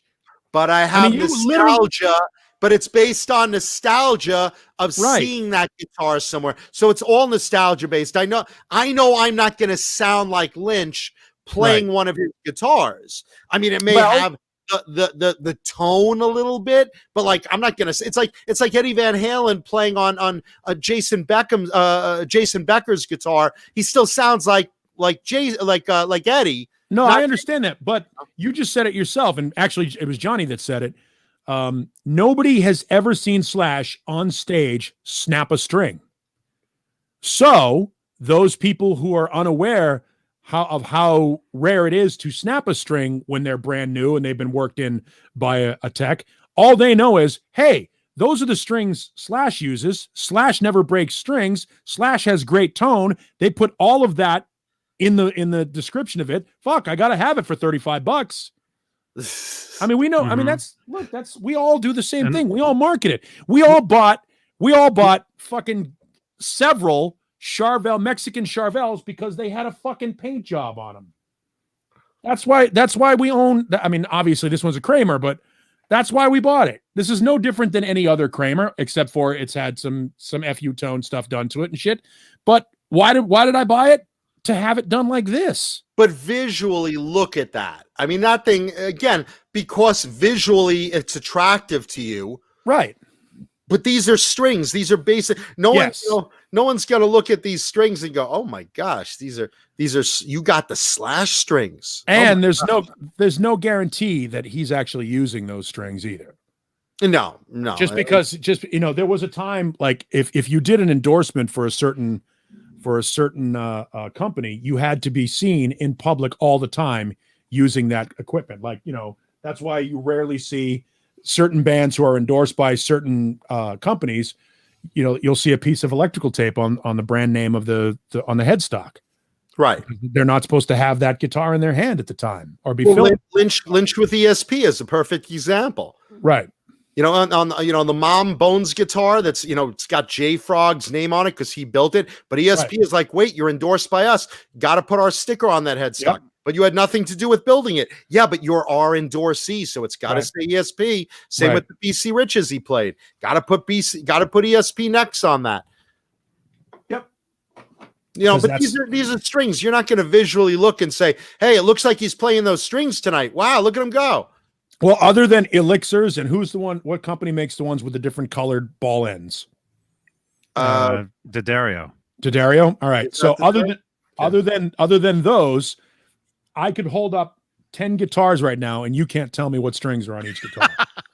Well, it depends. Or if you strum a little, I'll notice you're losing tone stability. I'll notice that if you break it, I'll say durability right there. Yeah, here's a great comfortable. I'll say those don't look like they feel right. They're probably not these. Yeah. What kind of strings are those? Can you guys guess what these are? Johnny Beane brand. This is my. It's Johnny Beane's ghetto brand. Johnny basically took a slinky and clipped it. On the right, it looks like you have colored balls on the right. Loose strings in a freezer sandwich bag. There you go. These are Johnny Beane official Talking Guitars and 80s Metal Live show strings. We're selling these for $25 a bag. Now, I'll be honest, I haven't broken a string literally in years. I haven't broken a string in years. I've had them go dead. I rotate 300 guitars, so when do I ever break a string? Yeah, I haven't broken a string in here. Like this one here, I beat the shit out of this guitar all the time. The only thing I can tell you is the low E is dead. There's nothing left on that string. That thing is because you keep it out of your case, right? Yeah, it stays on the stand, and I play it all the time. Yeah, and I've got greasy fucking fingers, so I just dull them up quick. Hey, Colleen. Hey, Colleen in the house. Greasy fingers from what? I have oily skin. Well, from certain lady friends. No, I gunk up that's why I like Elixirs. Because they've got that little wrapping on it that keeps the gunk from my skin getting in between the windings of the string, which is what deadens up your strings. Or dust or moisture. Yeah. Yeah. That's funny. Yeah, but I look at these like Star Wars strings. You're not looking at specifically are these right for you or worth the money. It's like you're buying the cereal with Spider-Man on them or the popcorn with the Star Wars action figure on the box, and you're buying the licensed product. Yeah, I mean, even when you look at the description, even in the description, they say these limited edition string sets are highly collectible. That's all they want you to That's buy what them they're to saying. not use them. They Yeah. they want you to buy them and not use them. See, that was the thing about the Van Halen strings, the 5150 strings. The point of those strings was to buy them and put them on your friggin' guitar. That was before anybody thought, "Oh, we should collect strings." That's because what I did. Van Halen made them. And I was putting them on my Squire Strat with no Floyd. And that's probably That's why how they're I was worth using what them. they're worth. They're worth a lot now because they obviously there's a finite amount of them that are unused, still in the package. Yeah. Collectible isn't something that you can manufacture. It's something that happens. It's like going viral. You can't force going viral. It just happens. And if you plan for it, you'll fail. It's like chemistry in a band. You can't create chemistry. That's why so many of those super groups like Contraband and I don't know, name another outside of the Traveling Wilburys, a lot of these super groups just fucking fail. Because you can't you could take the greatest guitar player, the greatest bass player, the greatest drummer, greatest singer, and put them in a band, and it could sound like ass, and not Sofia Vergara ass, but Cameron Manheim ass. So I did a little callback. I like how that came back. I do. Thank you. Yeah. Thank you. Well, anything worth doing is worth overdoing. And it's about the songs, though, too. If they don't have the songs, well, yeah, but that goes without saying. I mean, that's the thing is you've got guys like Desmond Child and Diane Warren and Michael Bolton and Bernie Taupin and guys that are amazing songwriters. They have the Midas touch. So if they've got, that's one of the things that we could point out, John, is as long as the song is good, the players are irrelevant. But the same can't be said the other way around. If you put amazing players together and they can't write a song, then who gives a shit? yeah. Well, it depends on the player, though, too. I mean, I'm looking for pictures of my strings. I thought somebody Queen Boudica Radiant said Coverdale Page. It was a great band, and because the rhythm section was awesome as well. Charlie Jones and Michael Lee were fucking outstanding. I'm sorry, they were in Page Plant. My mistake. But you can look at various incarnations of White Snake and see what works and what didn't. Yeah, I mean the John Sykes version of Whitesnake is responsible for Whitesnake being what they are today. For sure. I mean the Vandenberg Vi Whitesnake was fun, but the record that we all know, the two records that we all know and love, are the Slide It In record, which, by the way, Mal Galley and Mickey Moody played on. That was just John Sykes came in and cleaned that thing up. And obviously the 1987 record. Vandenberg and Vi and Vivian Campbell had nothing to do with those records. Well, Sykes did the American version of the Slide It In album. Yeah, he came in and cleaned it up. Because for those that don't know, there was a British version released that, they basically, like Paulie said, they changed parts of it with John Sykes for the American market. Yeah, he overdubbed it when of all people, I believe it was John Kolodner said, "Hey, in order for this band to be good, you have to be a little less English, a little bit more LA." And by the way, Sykes also resurrected Thin Lizzy. Thin Lizzy was down and done. John Sykes did that too. John Sykes is one of those unsung guitar players that should get more credit than he does, but he is kind of an insufferable prick like Yngwie. Very difficult to work with. Talent is undeniable, though. John Sykes is fucking super talented. And an amazing tone. Amazing tone out of that. Super guitar player. Those muddy fingers. Yeah, there's a great one. Jesus Rapes Me brings up The Firm. The Firm should have worked. The Firm should have worked. You've got Paul Rogers and Jimmy Page in a band, and Tony Franklin and Chris Slade. That band should have worked. On paper, it sounded good. I love both Firm records. I'm an audience of one in that. There aren't many people that love that band. I did. And the Vi version of Whitesnake that you brought up earlier, I happen to love that. And keep in mind, Adrian Vandenberg didn't play on that album. Even though he toured on that tour, he didn't get on the album because he had a hand injury. Yes. And, that basically was Vi at his most boisterous, that period where he was like really, really running on all 8 cylinders, being in a band. Same thing like he was with Lee Roth. I mean, that was, the Passion Warfare period. That was like, to me, that was his peak. that I like, at least. But I love that album of Whitesnake. It's different than the 1987 album with Sykes, but I love the Vi album. After that, it just kind of lost me a bit, even though Reb Beach is great and Doug Aldrich is great. And, you know, to be fair, I can't be objective about Steve Vai music because I'm a massive Steve Vai fan. So same here. I'm going to like everything he does, even the stuff that most people don't like. You know, the Flexible record is almost unlistenable for people that don't love Steve Vai.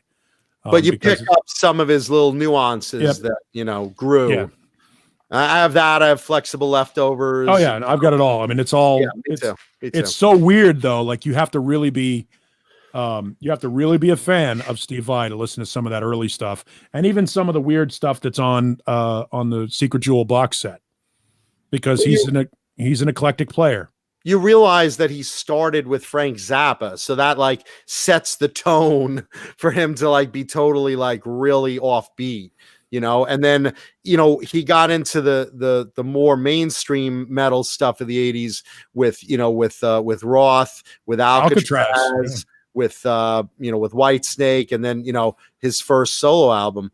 After that, it just kind of got all weird again, and again, really good, but not the stuff you're expecting that he plays with groups, you know? Yeah, no, he's a different. I mean, he did a Public Image record that's phenomenal. The stuff that he does on that record is great, but nobody cares. I mean, it's, you know, when he did the stuff with Roth and he did the stuff with Whitesnake, that was the highest profile Steve Vai ever had amongst the masses. That and his, you know, 5-minute appearance at the end of Crossroads.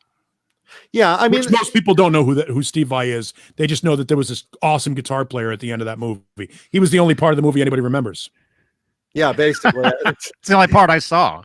even Macho is like, yeah, that movie saw. Oh wait, Vai, yeah. Jeff T, I have all those tracks that he did for the PCU movie because they're on the Secret Jewel box, which someday he will finish. Now, I like a lot of his obscure stuff, but again, you won't hear that on the radio. You know, you'll hear, you know, stuff from Skyscraper. If you're a fan, no, you won't. Yeah, other than just you won't hear anything from that. Just like Paradise. Sure, that's the only thing you hear. So this is kind of neat if you've never seen it. This is backing tracks to all Steve Vai stuff that you can play. Like it's all the stuff with the lead guitar lines removed. So it's a box set of all Steve Vai's music that you can, if you're looking, you know how people look for jam tracks. This is a cool like rarity that it's tough to find. Have you even tried jamming over that? No. No. Shot, lad. Go on, give it a shot. No, that's one of the fun things you do. Like Steve Vai is absolutely a great example of the guy that you sit there and you walk to the show and you go, nope, not going to do it. I'll drop a name. So I had a chance to interview Ozzy. And Ozzy, so Ozzy was bragging about how it's so easy to make records now. It's so easy to make records, man. I've got a Pro Tools in my house. So of course I heard him say that, and I know that Ozzy can't even fucking pour a glass of orange juice. So I said, Ozzy, do you know how to use Pro Tools? No, I can't even fucking turn it on. No, but when people come over the houses, they're like, "Oh, it's a play something on it. It's broken. I don't know how to do it, but it's very impressive." That's they basically. Like, I've got a Pro Tools. I've got a Pro Tools. That's like me. I've got this great Kramer here, and I've got a couple of gems, and I've got a couple of Ernie Ball Van Halens. Can I play any of them? Nope. Yeah, they basically tell Ozzy, all right, Ozzy, can you step up to the microphone, and when I point to you, start singing with the track we're gonna play, all right? All right, where's the microphone? All right, and you're pointing where? Is it if you point up, or you point down, or you're pointing left, or you're pointing right? No, we're just gonna point at you and consider that your mark to go. Okay, and Ozzy, here's the track. Oh, there's music playing too. Ozzy, right here. We got and over here, and Ozzy. Get in with my woman, cause she can help me with my mind. Yeah. Did I make money yet? My wife loves money. She does. Oh, Ozzy, there you go again, talking about all the money. Just tap it on the glass.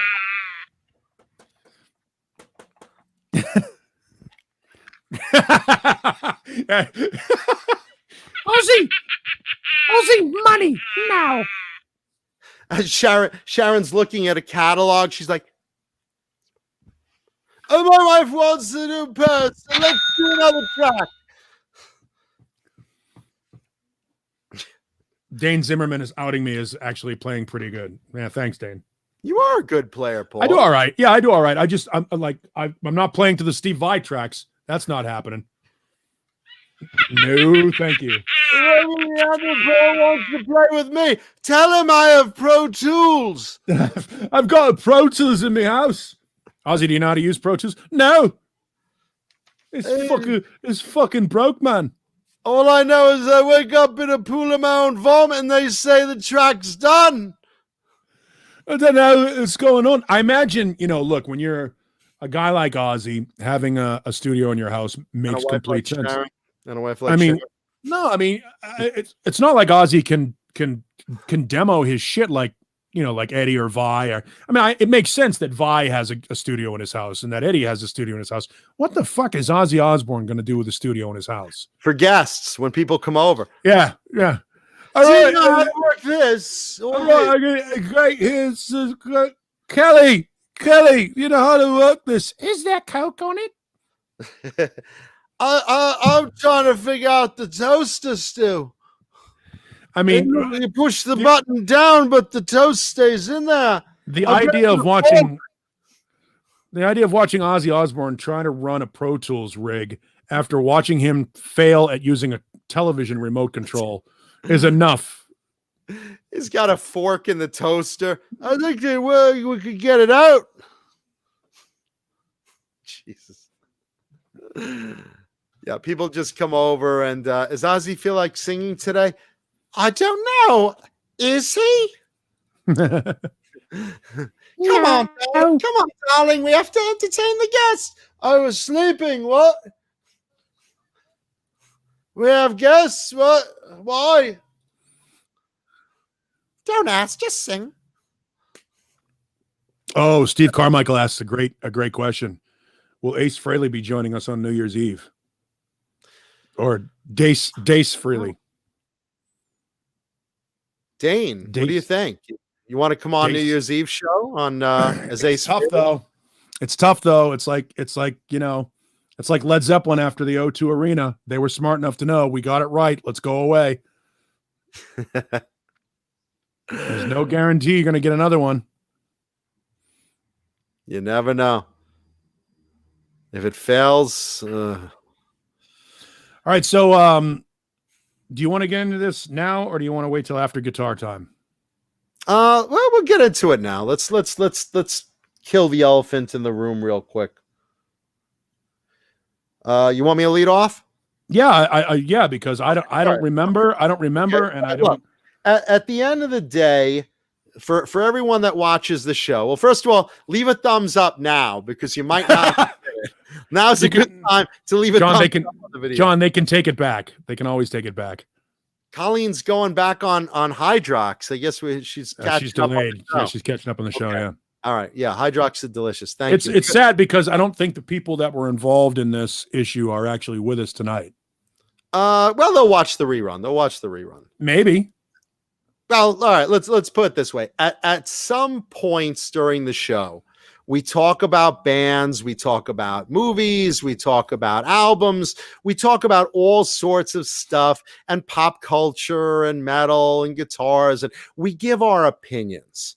Now, my opinion may be different than Johnny's, which may be different than Paulie's, and and everyone else that does the other shows of the Johnny Beane channel. But at the end of the day, what we're doing is we're giving our opinions. I, as a lot of you know, do not like grunge. And, for those of you that do like grunge, I'm sorry. That's just my taste, my For opinion. those of you that do like grunge, cheer the fuck up. Yeah. Don't. By the way, I like grunge. I'm just trying to help you, John. But there's a perfect example. Paulie likes grunge. I'm not a fan of it. I'm more into the glam metal and the 80s metal. And my point is, when we give opinions on the show, it's our own opinions. And what we say is definitely not meant to offend fans of, basically what we're doing. Like, if someone, says, hey, I'm a fan of Nirvana, and I give my whole Nirvana venting thing, I'm not trying to offend fans of Nirvana. It's my own opinion, but it's definitely not meant to offend anyone. We go on this show with the intent, especially Paulie and I, we go on the show with the intent of entertaining. We want to give you guys and girls who tune in a bright spot in this world of 2020 shitstorm that you could turn to and get like a positive, fun, happy show that, hopefully will make you laugh or cringe or just kill some time for you and make you forget all the crap of, what's going on in the world today. But, the one thing we don't want to do is inadvertently offend anyone if our opinion is different than yours on a band. So, speaking for all of us here, if we do occasionally put our foot in our mouth in your eyes of saying that, we don't like this band or this band's overrated or whatever, we're not looking to offend you. So in that sense, we here on the channel apologize to you, and that's basically what we want to get out here. Let's take a band like, say, Pantera that Johnny's pointing out. Some of us like it more than others, and we know they have a lot of fans on here. And if someone, says, look, the band is, someone thinks they're overrated, someone thinks they're underappreciated, someone thinks Dime was a killer guitarist, someone says he's just okay. It's not our intent, and we apologize if we offend any fans of, say, as an example, Pantera or Steel Panther, who I got on last week, because again, I'm a fan of Steel Panther. And even though 1 week ago I was, touting their Fuck You 2020 song as an awesome thing that we should all listen to, and then last week I ripped them apart because they were doing non-safe, maskless shows without social distancing in Florida, which I think is very irresponsible to our fans. So all I'm saying is our opinions, sometimes if they offend someone, we apologize for that, but we just hope you guys and girls tune into the show as an escape from all the crap. And look, if you have opinions different than ours, say it on the chat, leave it in the comments. That's all good. But we just want you to know our intentions are pure. And if we have offended anyone in those ways, we apologize. That's it. We, John, yes, we. I never offend nobody. What are you talking about? I'm offended you haven't seen The Princess Bride. I'm offended you haven't seen Goodfellas. So now I'll tag in. This comes down to something that I said that I don't even remember saying. It happened weeks ago, and it ruffled some feathers and offended some people. And it came down to I made the statement that the band Pantera, and Johnny was all over it, that the band Pantera, I believe the band Pantera are overrated. All right. I say that as a man who owns all of the Terry Glaze Pantera records, several copies of the Phil Anselmo records, David Allan Coe and the Cowboys from Hell, everything Down has recorded, Dime Vision, and I have a Dime. If I go get my colors, my Black Label colors, you'll see I have a Dime bag strip patch for his passing. That's, on the colors you have, Black Label Society, but I have a Dime bag commemorative patch on there. You would be hard pressed to find a bigger fan of Pantera on this show. I might even say I'm the biggest fan of Pantera on this show. That said, you can still say you love a band and acknowledge that you believe that they were overrated at the same time. They're not mutually exclusive concepts. You don't have to, and one doesn't mean that the other that the other is a negative. Saying that you think a band was overrated doesn't mean that the band sucks, or that if you like the band, you're an idiot, or that your judgment is incorrect. If you were to Google, is Pantera overrated? I guarantee you hundreds of responses from both reputable websites and message boards. It is a debate. It goes on back and forth. It is a subjective answer, just like Sammy versus Dave, just like Brian versus Bon. It's one of those things that's going to go on forever. All right. No, I don't have a dime guitar KXM Rock, and I'll tell you why. Because I think both the Washburn dime and the other dime, the Dean dime, are garbage guitars. I just don't like the way they play. The same thing. Rock. You're asking me the same question as Paulie. I also don't have one. I like Dime as a player, but I don't like playing Deans. I don't like those guitars. They don't resonate with me. But we had a couple of different people reach out to, I think John and Johnny. Didn't reach out to me, although one did actually. You didn't have your email, to be fair. All right. Yeah. That's the and had they done so, they would have probably understood a little bit more, and I wouldn't have to be doing this publicly on the show. But I'm glad I'm doing this publicly on the show, because it's an important thing to point out that just because somebody has an opinion that differs from yours doesn't mean that they're denigrating a band. I love the band Pantera. That said, just like I've said before about Steve Vai, who I am a huge fan of, and Tora Tora and Tesla, Tesla aren't as big as I want them to be, as I wish they were. That's a fact. It's not something I'm trying to fight over. And if somebody acknowledges that fact, I don't sit back and go, oh, fuck, I'm an asshole for liking that band. Like who you like, and who gives a shit if somebody disagrees with you, me included. The fuck do I know? I'm just a guy with a big mouth on a Tuesday night on YouTube trying to entertain people. And if I express an opinion that happens to run contrary to yours, so what? We don't have to always agree on things. That said, though, if I hurt your feelings because I said a band is overrated, that's a weird thing. I can never, and nobody can ever, anticipate an individual's response to something. If there are hundreds or thousands of people watching this, and one person says they like Hydrox and the other one says they like Oreo, so be it. That's a difference of opinions. No, you're absolutely wrong. Hydrox are better than Oreos. Fuck you. You're wrong. You're wrong. You've hurt my feelings. You're wrong. I'm just saying. Yeah, when it's all said and done, love who you love, and who gives a shit what people say about your favorite band or your underrated band or your overrated band. Debates are just debates. It's not like I'm coming over to your house and kicking your puppy.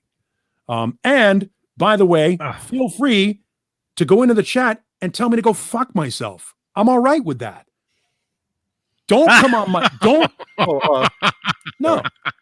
don't come on my personal Facebook page on Christmas Day. Yeah, don't come on his personal face. Don't come on my personal Facebook page on Christmas Day and rip into an unrelated soliloquy just to try and antagonize me. Time and place. If you have a problem with something I say on the show, bring it up. Bring it up. And if you say saying Pantera is overacted is ignorant, overacted, no, it's not. It's an opinion. It's an opinion. Pantera, in my opinion, and I don't know that there's any facts that will contradict my opinion, Pantera didn't sell out hockey arenas as a headlining band. They didn't. They were a theater band, and a great theater band, and they were the only band that were doing what they did at their time. And that's great. That's fantastic. But that's my opinion, and it's backed up with facts. The numbers bear out that Pantera wasn't a headlining band during the time. Now, to be fair, there were no real headlining metal bands at that time outside of Metallica. To be fair, the time that Pantera were in their prime, and by the way, their prime was a very short period of time, but in their prime, Pantera were the only band doing what they were doing, and they're fucking great at it. And I wouldn't own their music, and I knew Dime personally. We crossed paths several times over the period of time when he was in Pantera and Damage Plan. And I loved Dime. He was a great dude. I sat in a radio station when he sat there with a tattoo gun one night and gave people tattoos illegally in Massachusetts. Did you get one? No, I wasn't letting Dime anywhere. I wasn't letting him anywhere near me with a fucking tattoo gun. It's racist. No, Racist? Look, How did it become racist? I'm just joking. I'm just joking. I would have let Eddie Van Halen tattoo anything anywhere on me. Sure. That would have been amazing. So in closing, if I offended you, tell me to go fuck myself, but don't quit the channel and don't quit watching this thing, because eventually I'm going to hit a topic that we agree 110% on, and everything all will be forgiven. It's just guys at the end of the bar talking sports, talking metal, talking guitars. There are certain bands that John Mancuda loves that I hate. There's certain bands certain bands that he loves and I hate, and yet I won't have what Johnny likes except for Van Halen. So the thing is, we still can't get Johnny to say anything bad about Van Halen ever. He won't do it. I believe he's incapable of doing it. I think he might cry and wet himself. I don't want to say anything bad about Van Halen either. There's nothing bad to say about Van Halen ever. Well, there was Van Halen 3, Johnny. Well, let's not get it. At the end of the day, two words for bad things to say about Van Halen. You ready? Mitch Malloy. Oh. Okay, all right, there. Aha! but he's doing good with Great White, I got to say. He's the right guy for Great White. He's the wrong guy for Van Halen. Correct. Same thing with Gary and Van Halen. Right guy for Extreme, wrong guy for Van Halen. And again, let me just, sum this up. At the end of the day, the reason we're having this quick little roundtable convo on the air, because we care about you as viewers. We care about our audience. We love our audience, and you guys are important to us. You guys and girls are what make us. Without you, we don't have a show. We certainly don't want you to quit the channel over something I said. Jesus Christ. So I wish I had that kind of power. But just, just letting you know, we care enough to come, hat in hand at the subject, just to say, look, if we said anything that bothers you, we apologize. Yeah, that's not the intention at all. And we love you all. That's it. That's not the intention at all. To offend somebody or to try and demean or denigrate people. Jesus Christ. I think if you know anything about us, that's not the way we work. I mean, there are some people, dude, if you end up doing that, if your whole job is to be Mr. Rebellious and Mr. Antagonistic and try and fuck with people, you end up an asshole on an island with the tide coming in and nobody with a boat's going to come over and say hello. Yeah. Don't even bother with that. You shouldn't be on a show. You're probably talking to an audience. So if anybody knows the people involved, and I'm not going to name them personally here, they know who they are. And just accept my apology for offending your sensibilities. That's never been my intention. It's just an opinion, and they're like assholes. I am one.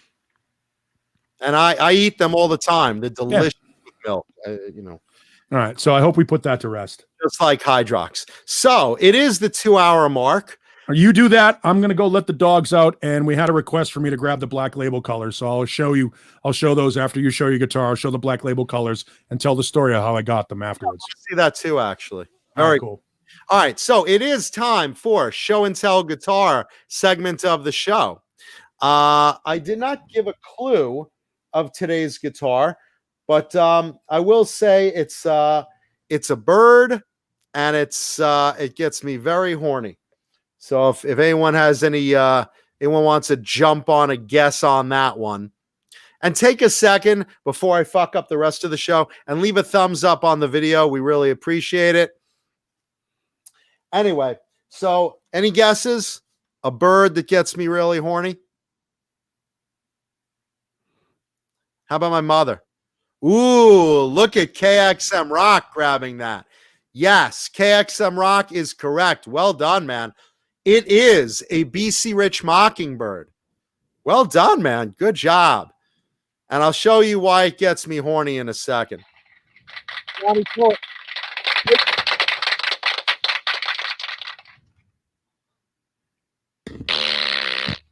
Oh, no, that's not it.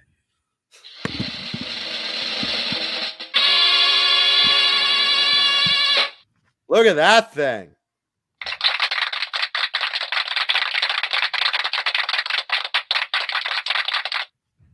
Okay, this is a 1981 BC Rich Mockingbird. This one gets me horny because Mockingbirds have these big honking horns in the front of the guitar. The lower horns are huge. That's basically that unique Mockingbird shape that everyone likes so much. I'm so well practiced at that, unfortunately. Anyway, this particular one is a tropical burst. So if you look close, let's see if I could get on the camera. The edges start as blue to green to yellow in a burst coloring.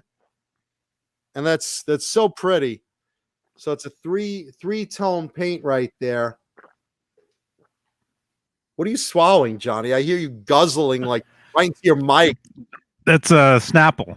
It's like Johnny's glory hole right there. I just get Jesus. It's getting a rot. I'm gonna play that later when I masturbate. That's crazy. Yeah, so this is 81 BC Rich Mockingbird. Let's see if we get a beauty shot right there.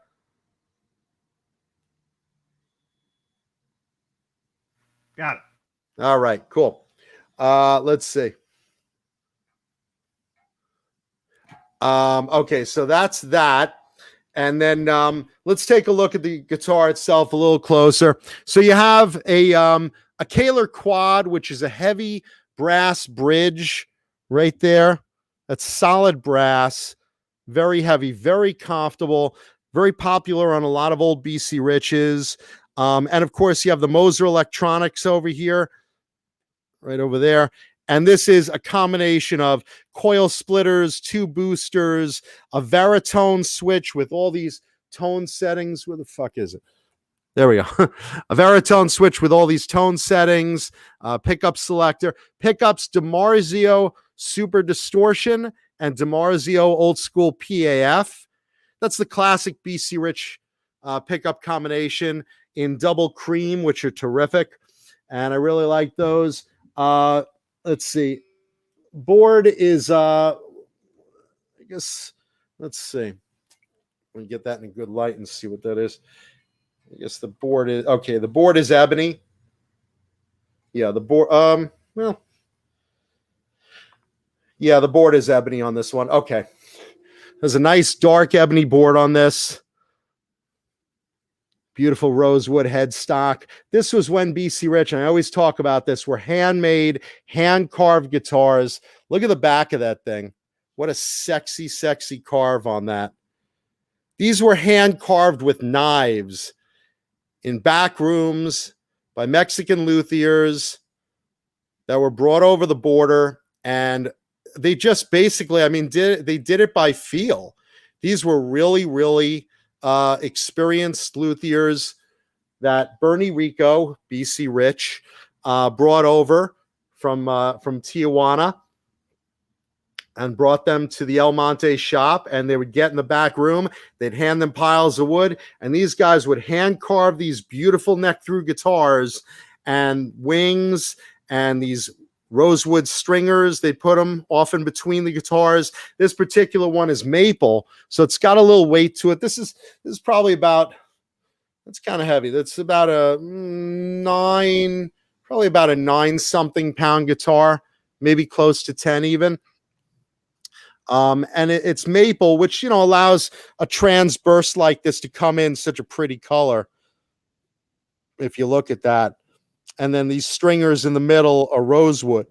And they would do other things. They would sometimes do koa as the main wood, and then maple stringers or rosewood stringers. They'd come up with all different wood variations. BC Rich was very known for using really top quality wood and coming out with these amazing, amazing guitars. Look at the carves on the horn up front. I mean, all hand done. Really, really great guitars. How do they sound? I mean, BC Rich again. DiMarzio Super Distortion, I love those. They play really well. The neck carves on these are just so smooth. See if we could even see like just how comfortable those are. This particular one, kind of almost like a thicker D shape. And they vary because they're hand carved. They vary between fat C shapes, like Les Paul shapes, all the way down into thin D shapes. This one's kind of a pretty thick D shape. And again, it all depends on what the carver was doing or what was ordered at the time. This particular style, because the mocks had different kind of horns, this particular one is known as a TJ shape or Tijuana shape. They also made an El Monte shape, which was a little bit thicker at the bottom, right over here. So the horn was a little thicker as it went toward its base. And they did a short horn as well, which was this cut down probably at about half its length to balance better, because these are neck heavy. I don't really feel the difference between neck heavy because I'm a sit-down player and not a very good one at that. But the shape of these are such sexy guitars. Just look at that. When you see someone playing a guitar of this shape and they're real comfortable to play, especially these handmade ones of the early 80s or late 70s for that matter. But this one's 81. They're just a sexy looking guitar. I mean, just look at the body on that, Taylor 315. Is that my guitar? Yeah, of course it's my guitar. These are all my guitars. Every week on the show, I pick something out of my herd. So there you go. Back of the headstock, you have the beautiful Grover tuners. These are the Grover bullseyes. If you look, they have those center bullseye caps. The traditional Grover tuners. You look through again the tint on this one. They did the neck too, and it's not common to find this color. Some of the later refinishes they did this, but early on the tropical bursts weren't very common, but they did do them. I love the trans color woods, and I'm particularly a fan of maple. So I mean, I have Koa ones too, but I really like the maple with the trans colors. Those are my favorites. So let's see. Yeah, Grover Imperial tuners. I mean, that's pretty much the gist of it. These are just terrific guitars, classic guitars. Guys that played these, Kerry King had a short horn. Couple of guys in Alice Cooper's bands have had them. Pete Friesen played a short horn. I forget one or two others. A bunch of guys. Mark Kendall of Great White played an early BC Rich Mockingbird. CC DeVille had a yellow one at one point. So these are really, really classic. One of the sexiest guitars of the 80s, I think. 81 BC Rich Mockingbird in Tropical Burst. And yeah, Halface wants to know, does it need a battery for the boost? Yeah, these take 2 batteries for the Moser circuit. The Moser package, I mean, the Veritone, the boosters, that takes 2 9-volt batteries. And make no mistake, you say, well, what are you going to do with all those tones? You're not really going to use those on a stage. Not that I ever play live. I'm a living room player. But, this is more for recording different tones and stuff. But when you're talking like you need that extra booster, you want to kick that in the ass, you just flip one of the mini switches. You want a second one. It does double the booster. And that's really all you'd probably use on stage. You probably wouldn't be screwing around with a Veritone. You go from your neck pickup to your bridge. But other than that, you can just turn the Veritone all the way to the bottom and all the switches down, and it just plays straight through just the way these 2 pickups are, just, without any effects or boosters. No. The beauty of that guitar, John, Mm-hmm. the beauty of that guitar is it's an SG on the top bout. It's a Jackson Kelly on the bottom bout. It's sort of a Gibson Firebird on the bottom or an Explorer. It's a combination of a Kelly and an SG and just beautiful. It's a singular guitar. Like there are very few guitars out there that are singular. When you see a Mockingbird, you know it. You know it from 100 yards away. They're such beautiful guitars and not overdone. That's the thing, is like they weren't so prevalent like the Explorer or like the Les Paul or like the Flying V. You know what I mean? There's something really unique and singular about them. And it's almost like if you have one of those, or if you're a player that's known for playing a Mockingbird like a Lita Ford or even a Slash at a certain period in his career, you're a member of a sort of an exclusive club. Slash played those early on. Lita has a yellow one. Yeah. One. Let's see. I'm trying to think. Someone else was on my mind. They're great guitars and elegant. They're Joe Perry. Yeah, Joe Perry. Joe Perry plays one. Rick Derringer plays one. That's who I was thinking. Yeah, they're elegant and yet modern looking at the same time.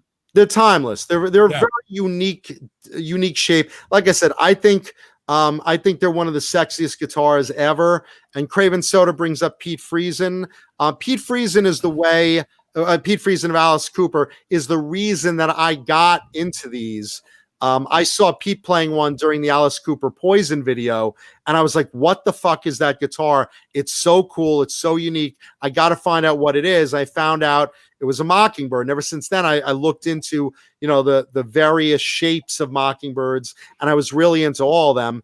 And eventually I wound up buying that guitar that Pete owns that he played in the video over time. What are you, big timing us? Yeah. I'm dropping that name. Yeah. Yeah, Mick Mars played them. A lot of, it's interesting. That's another guitar like the. Mick actually played Warlocks. Mick played BC Rich Warlocks. He didn't have a Mockingbird. You could be right. I know he played Warlocks. Mm-hmm. Jump in.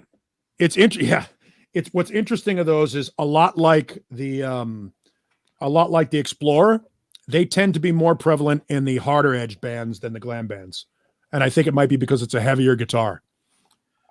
I think it is both, really, because you've seen these in glam bands and you've seen them in like the thrash bands. It's like the Ironbird, the BC Rich Ironbird, and the Stealth that Jeff Hanneman of Slayer made very popular.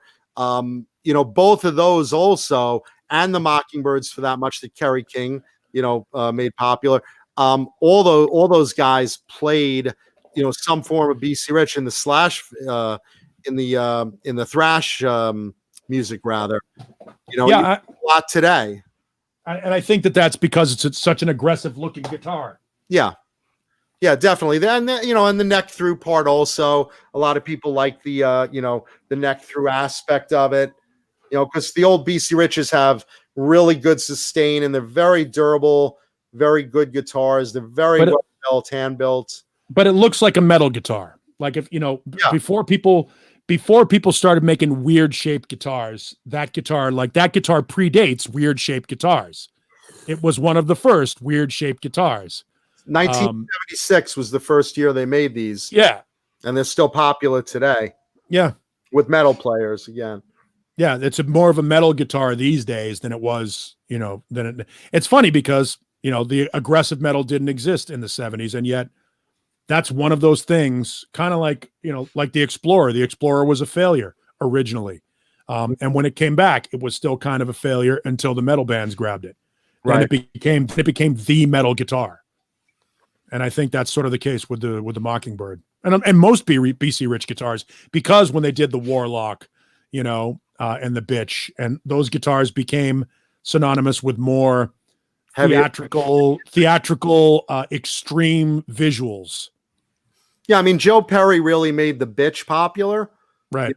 But I forget who was an early Alice Cooper player. It's escaping me that played one of these.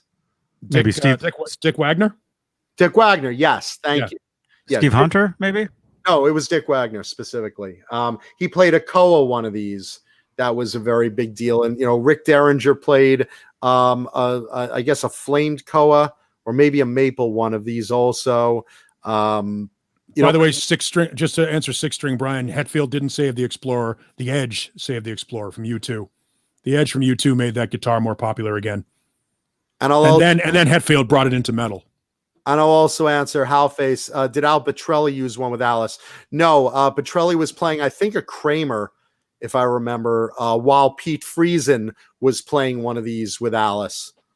So you saw one on stage. It was Pete Friesen, not Al. Yeah, I think the first person I saw with it was Joe Perry, obviously, because Yeah. Aerosmith. You know, Sure. Aerosmith was so big in 77, 76, 77, Draw the Line, you know, the Texas Jam, all those things. Rosewood, one of these, and he played a red bitch, bitch string. Yeah, the 10 string, but with the 10 strings, you know, the other strings taken off. A lot of people did that. Cheech wants to know, is it top heavy? It's neck heavy, but I'm the wrong person to answer that because again, I'm a sit down player. Yes, it's going to have heavy neck dive. Yeah, it does. Taylor 315 says Petrelli did play one. I don't remember him playing one, man. I know Pete Friesen played one in Alice Cooper while Petrelli was in the band, but I don't remember them both playing. Petrelli might have played one in Sabotage, though. In Sabotage, there was a pink one played by not Petrelli, not Caffrey? Chris Cafferty. Yeah, Caffrey. Yes. Yeah. He played a pink one early on in Sabotage. Yes.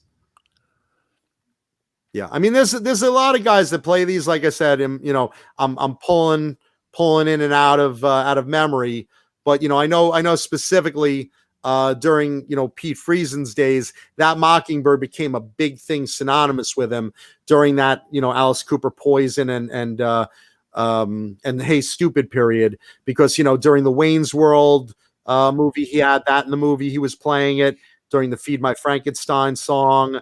It was in the Poison videos and other Alice Cooper videos. So and Lita Ford, like I said, had a yellow one and a red one, still plays them.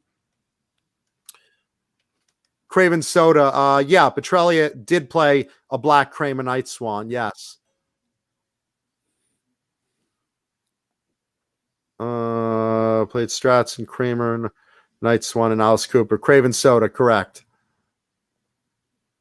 There you go.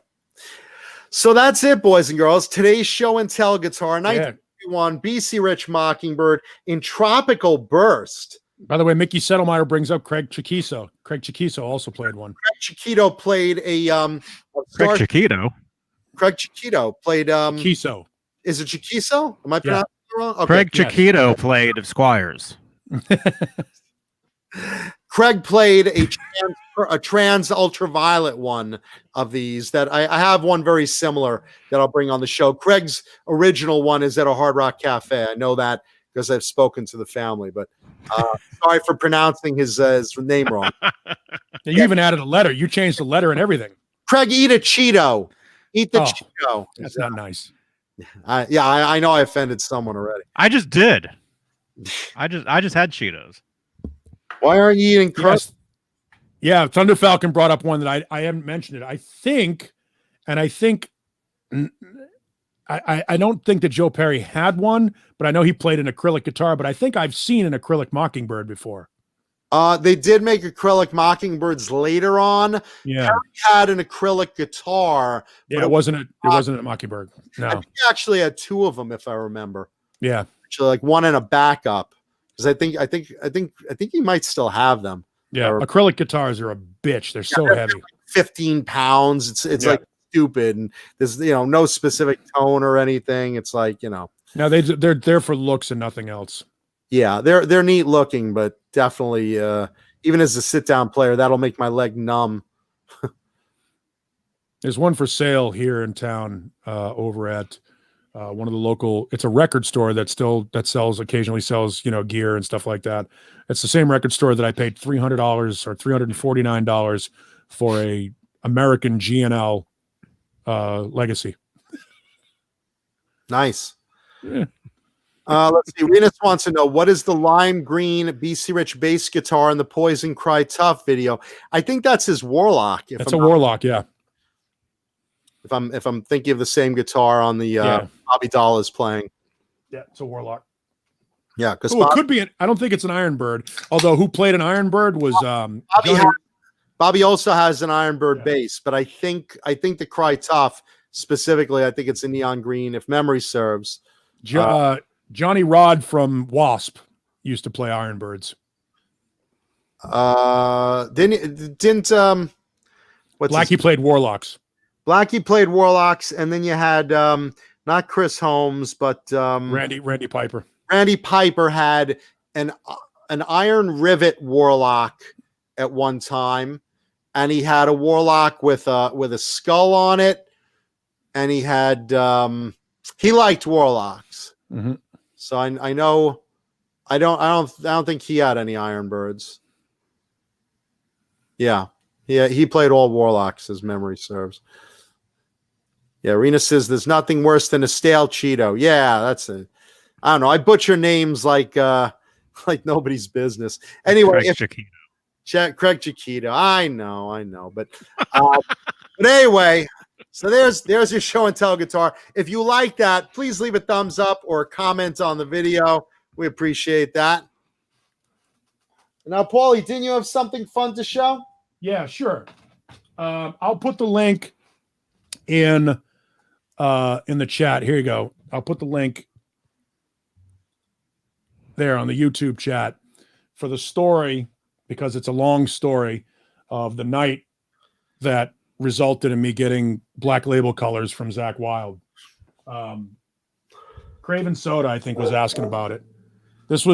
These are actual Black Label colors gifted to me from Zack Wylde. And this is, I was telling you about the strip patch for those that think I'm not, we're not connected with Dime, and whether or not I was talking shit as to whether or not how much respect I have for him. But these are handmade by a company called Red Monkey Leather. The story of what I did to get them, and I've known Zack for a long time. If you go to my website where that link is, you'll see several different stories. I actually had a great interview with Zack the day it came out that he got thrown out of Ozzy's band, and he almost threatened to fucking kick Ozzy's ass in the interview. I didn't do nothing. He was drunk. He was drunk in the interview, and I caught it on tape, and we got it and we broadcast it. And he knew about it. He went with it. He was pissed off.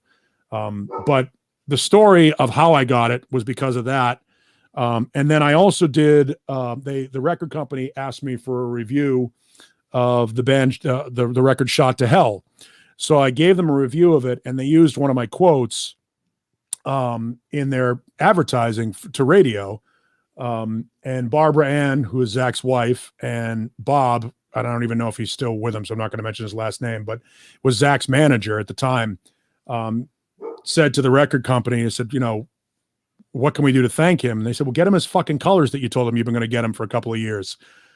So literally years after, I get this phone call, and it's this woman, and she goes, hi, is this Paul Marshall? I went, yeah. She goes, I have Bob on the phone from blah, blah management, and he wants to talk to you. I'm like, all right, cool.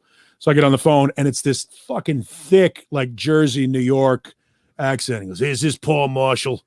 I go, yeah. He goes, listen, what size are you? I go, I'm a 56. I'm a 2X. Why? Inches and girthy like a car. So he goes, what size are you? I go, I'm a 56. I'm about a 2X. He goes, all right. We don't do this for everybody, but we're going to send you your colors. You can't tell anybody about it. Can't tell them when you got them.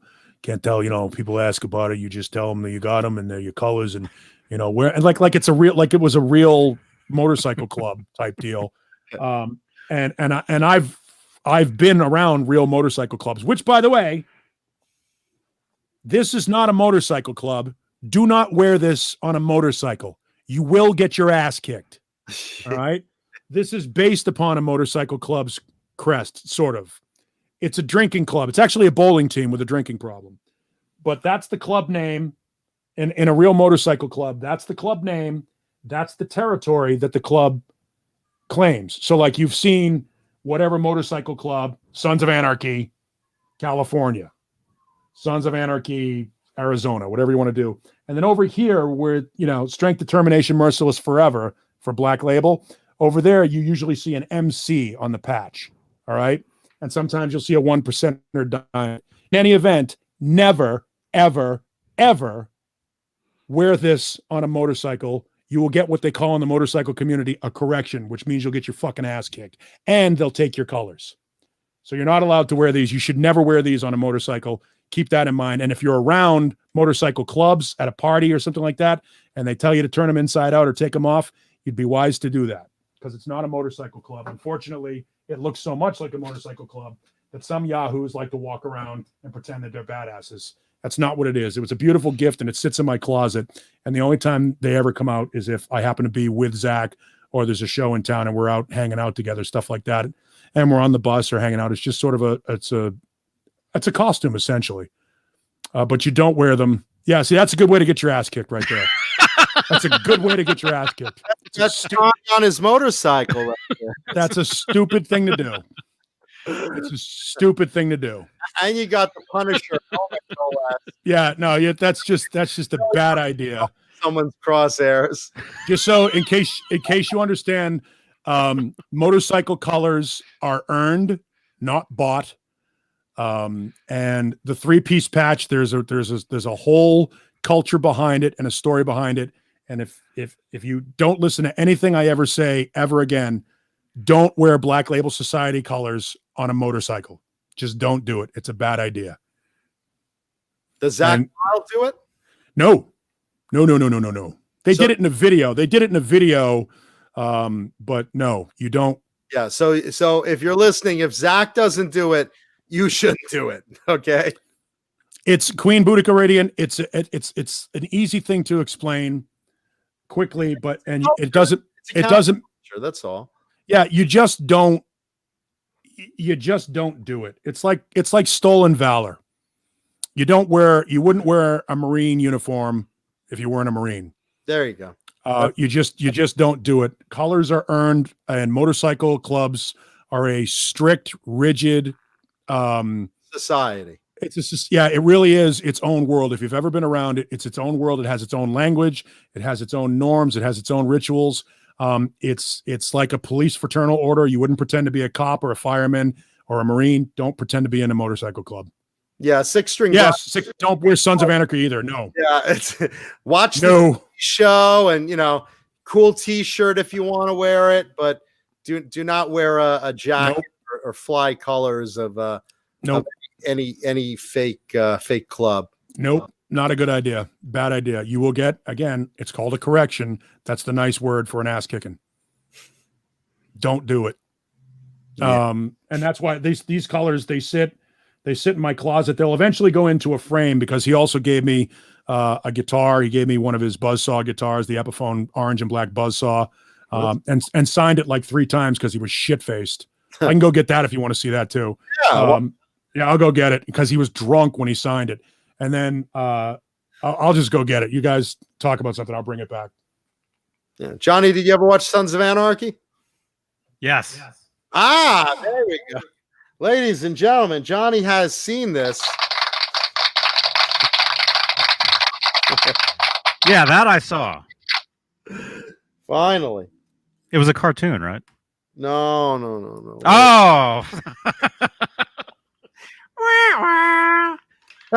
Isn't that with the 2 lab mice, the 2 lab rats, Pinky and the Brain? Isn't that it? No. That's different. Mm-hmm. No, I've seen a lot of stuff, just like parts of stuff. Like clips, body parts, clips of shows and stuff. Right, Ned? Yeah.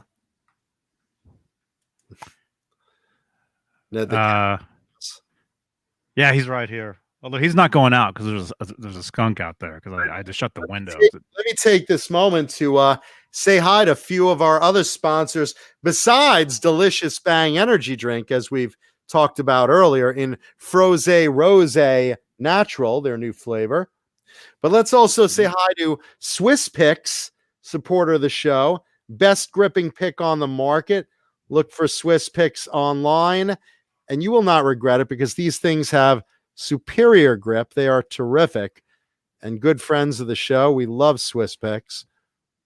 Yeah, he liked one of my Instagram posts recently. PD of Swiss Picks. Mm-hmm. Let's also talk about phenomenal Vinum Custom Pickups. Vinum Custom Pickups. Look what Craig Vinum custom made me.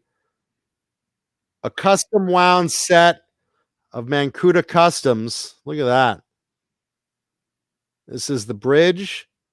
And again, Vinum makes all sorts of pickups ready-made, but they will also make you what you want. If you want a different color, you want a tone similar to a DiMarzio Super Distortion, but a little less muddy, or you want a PAF custom wound for you, they will do it, and they will make it just the way you want it. They will come up with your tone. They will come up with your colors, or go to their website, Vinum Pickups, and they will have ready for you stuff to go right away and ship out right away. Terrific Vinum Pickups. All sorts of cool colors and variations. And let's talk about Tessie Switch. Johnny, I know you have one near you right now. The best kill switches on the market. I know Johnny has one. Come on, Beane, come up with it. Tessie Switch somewhere. The best kill switches on the market right now. There it is. Tessie Switch. Also, a lot of other great accessories. You could go to Tessie Switch's website and see what else they have to play with your tone. Yeah, Nightbot has it. There we go. Right there, Tessie Switch. Come on, Nightbot. Where is it? Oh. There we go. And again, these are brands that support our show, so we want you guys to support them. These are good products. If any of you guys, because I know a lot of guys and girls in the chat have used Vinum Pickups, tried Tessie Switch, play with Swiss Picks, even drink Bang Energy Drink. But I mean, that stuff is really, really great stuff. So, we don't push junk on the show. We only accept sponsors that have good brands. So there you go. Paul, are you back there yet? Oh yeah, just waiting for you guys. All right, let's see what you got, man. So this is the other nice gift that this will be the I'll make like a shadow box with the colors and stuff like that. So Zach and I became friendly for a while. And then he got sober, and they isolate him now from all of his old friends, probably for good reason, because we're all sort of drinking buddies. So he gives me the guitar and signs it. I don't know if you can see it, but he signed it like 2 or 3 times because he was shit-faced in like 2007. That's pretty great. Yeah. So he signs it, he dates them, and then he puts Aussie and BLS and SDMF, and then he put Dime on the bottom there because this was, and by the way, this was months before Dime had passed. If you notice, this was signed in 2007. Now, is this one of his own guitars or one of his brand? Well, it's one of his guitars, but it's the Epiphone version of it because he's not going to give me a $5,000 guitar. But he played these. He would play the Epiphone buzzsaws and give them away to friends and stuff like that. So this is the one, and they didn't make a lot of these. These ones were only made for a couple of years because they didn't sell. Obviously, because it's fucking ugly. It's cool. It's ugly. It's an ugly guitar. I like it. And I love the back of the neck is unfinished. That's cool. And they have they have a specific and the Grover tuners on it. EMG passive H4s on it. It's a pretty cool guitar. But so he signs this, and he goes, "Hey, Paul, I want you to have," and you'll notice this one, he wasn't as drunk when he signed it. Same day, just earlier in the day. Because when he would come on the show, and he signed the pedal inside too. He signed everything because he was drunk. But he wasn't as drunk at this part here. This was the beginning of the day when he came in the afternoon. And then we were on the air. And at the time, his drink of choice was Beck's. That was the beer that he was drinking. So we brought a couple of cases of Beck's in and some pizzas and just hung out on the show for the day. And then before he left, that's what his blood alcohol was.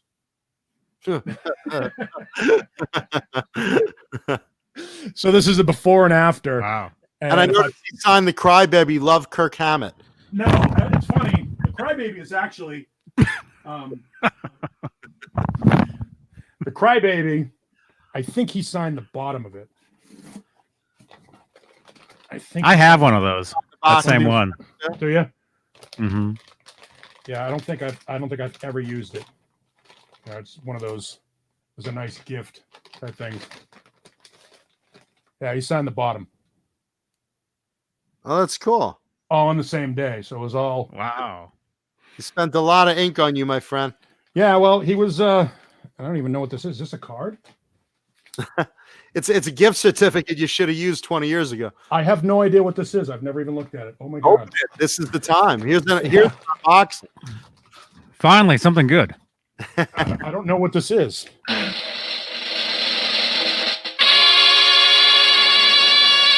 Oh my God, it's a dick pic. No, it's all. It's a whole bunch of stickers and shit. It's the catalog and stuff. Yeah, it's the catalog and the stickers. All right, so it's the case. Yeah, I didn't know what. Yeah. Yeah, mine came with that too, but I wasn't didn't- saying anything. Yeah, I didn't know what it was. I literally haven't. I literally have never looked at it, so I don't know what the hell it is. Everyone on the edge of their seat. Yeah, Johnny could have saved us all 2 minutes right there. That's all good. Yeah, I've never even looked at it. Oh, there's a pic too. A dick. Yeah. No, just another Zack pic. Oh, there you go. So yeah, so that'll all be like I'll put together like a shadow box or something like that because at some point my career will come to a grinding halt, and I'll need something. Mine has. I'll need something to say. Oh yeah, I used to hang around with pretty famous people. Yeah. Someday Paulie's gonna grow up to be me. Miserable, failed. Meanwhile, I want to grow up to be like Paulie, employed, successful, handsome. I aspire to all these things. A full head of hair in your 50s. When I'm in my 50s, I'll tell you. The hair I have, just not the age. You know, Well, someday. 29 every year. Yeah. This is going to take forever to put back together because it's going to be like a map. You know, once you take it out and unfold it, you're like, oh, fuck, how do I get it back together? There you go. Sounds like my marriage to your father, John. And knowing that there's a German Shepherd close to a Les Paul, it's got to go back in the case or the neck gets fucking snapped. Anybody that knows anything about Les Pauls knows they got to go back in the case. Oh, definitely not one to leave on a stand. Those are headstock break bait. Thunder Falcon wants to know what that weighs, Paulie. Jesus. It's solid. It's not chambered. So probably 10 pounds easy. Okay. Yeah, I mean it's solid. And to be fair, the Epiphones are Korean made, but they're made at one of the great Korean factories. There's two of them. Shine is one. It's spelled Saein, I think, but it's pronounced Shine. And I forget the name of the other one, but that's the one that this one is made at. The factory code is I. So I forget. Hang on, I'll look it up for you. Made in Mexico. Vintage Sounds wants to know, John, can you get a copy of the Frankie for me, please?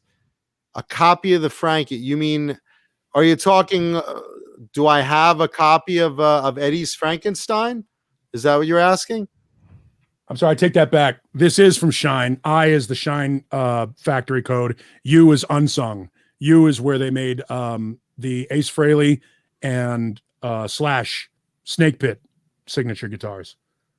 Oh, there you go. The three best ones you can get from Epiphone Korea are Shine, Unsung, and Peerless. For those of you learning Les Paul codes. Vintage Sounds. I don't have an exact Frankie replica. I have two red and white striped guitars, both vintage Charvels that I've had on the show before. Watch the Eddie Van Halen tribute episode. I think it's like at about like 28,000 views or something like that. It's our 8-hour tribute to Eddie Van Halen.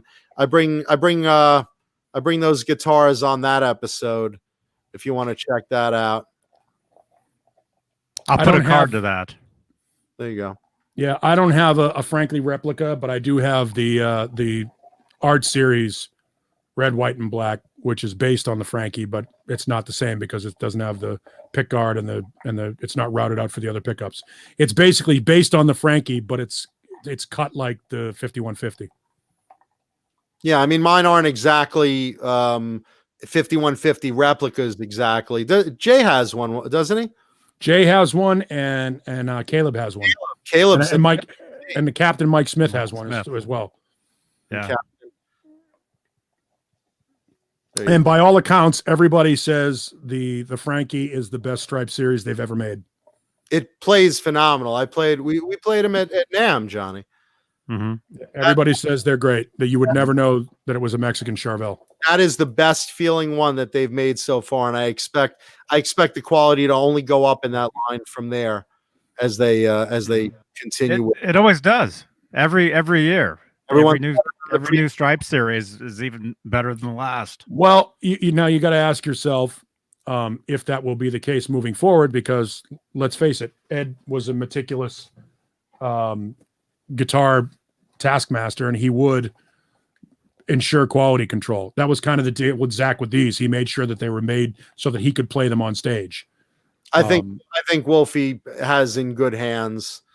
I think isn't Matt Bruck the guy in control of EVH right now? Right, but Wolfie will still be doing the consultations, right? Sure. Him and Wolfgang. Yeah. So that's as far as the EVH Stripe series.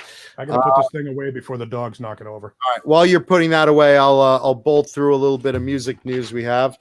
Let's see. We talked about Brian Weed of Tesla. If you have not, by the way, listened to the new Gizmachi single, check that out. You should be checking that out anyway, because it's really, really good. Let's see. Paul Stanley in the news this week, talking about Eddie Van Halen. He watched the Jason Becker Eddie Van Halen video, as a lot of us have. If you haven't, I highly recommend it. It really points out what a soft, good heart Eddie has, just as a human being. And Paul Stanley watched it and made a public statement, just reminding everyone that, yeah, we lost the greatest guitarist we had, but Eddie was also a real hero as a human. He was just that gentle, kind soul that, Paul Stanley points out. Watch that Jason Becker video and just see how he talks to everyone, how he's so humble. And he says, hey, I'm nothing. I'm just the conduit. The man upstairs gives me these rhythms and these ideas. I'm just his tool, playing guitar that way, but I'm no genius or anything. And the way he talks about Jason, as even though he didn't know him, he's just super sweet to him and gentle and friendly and loving to him and sympathetic to him and humble to him. And just watch that video of Jason Becker and Eddie Van Halen, and just the way Eddie touches his head and kisses him and just is so humble around him, as a human. And that's what Paul Stanley is really pointing out, is we lost the musician, but we also lost that gentle, sweet, amazing human being that Eddie is, or Eddie was, and how he was toward Jason. And their interaction was so beautiful, seeing it like that. And, Eddie gifted him a guitar and was playing music with him. And, Jason said, hey, we'll jam at some point. And Eddie was just so loving to him, who we'd never met before in person. And that's the beauty of it. And that's really what Paul Stanley was pointing out. And you got to give it credit. So if you haven't seen that video, watch it. Really, really awesome. Mm-hmm. Yeah. Amazing. Paulie, did you see that? Oh yeah. Yeah, no, I saw it. And that's one of my great regrets, was not having a chance to actually talk to Eddie Van Halen. Having seen, going to meet and greets and stuff, you see him at meet and greets, and he was always accommodating, but I never had a chance to meet the guy and talk to him or anything like that. But I feel like I did, though, because he's just everybody that has great stories to tell of their interactions with him. That he was just as gracious. We were talking about Slash a couple hours ago. Eddie had no reason to be as nice as he was to people, but he was, by all accounts, as straight up and normal as you could get for a guy with that kind of talent. Yeah, I mean, super humble. And, same thing. I've seen him at NAMM but I never actually spoke to him. I saw him across the room. I said, what am I going to say? Everyone wants to meet him. What am I going to say to him? I love your work. Oh, blah, blah, blah, blah, blah. That I just said thanks for putting up with this. Like, we had a group of listeners, doing the meet and greet, and it's the four of them in front of the backdrop, and they get the people in there, and everybody takes a picture, and he smiles, the grip and grin type deal. And I just leaned over and said, "Hey, Ed, man, thank you. Just thanks for putting up with this. It's cool, man. It's all right." I mean, go ahead, boy. No, that was it. It was just the smile and the nod. That honest, sincere smile he always had. Yeah, no, I regret not meeting him.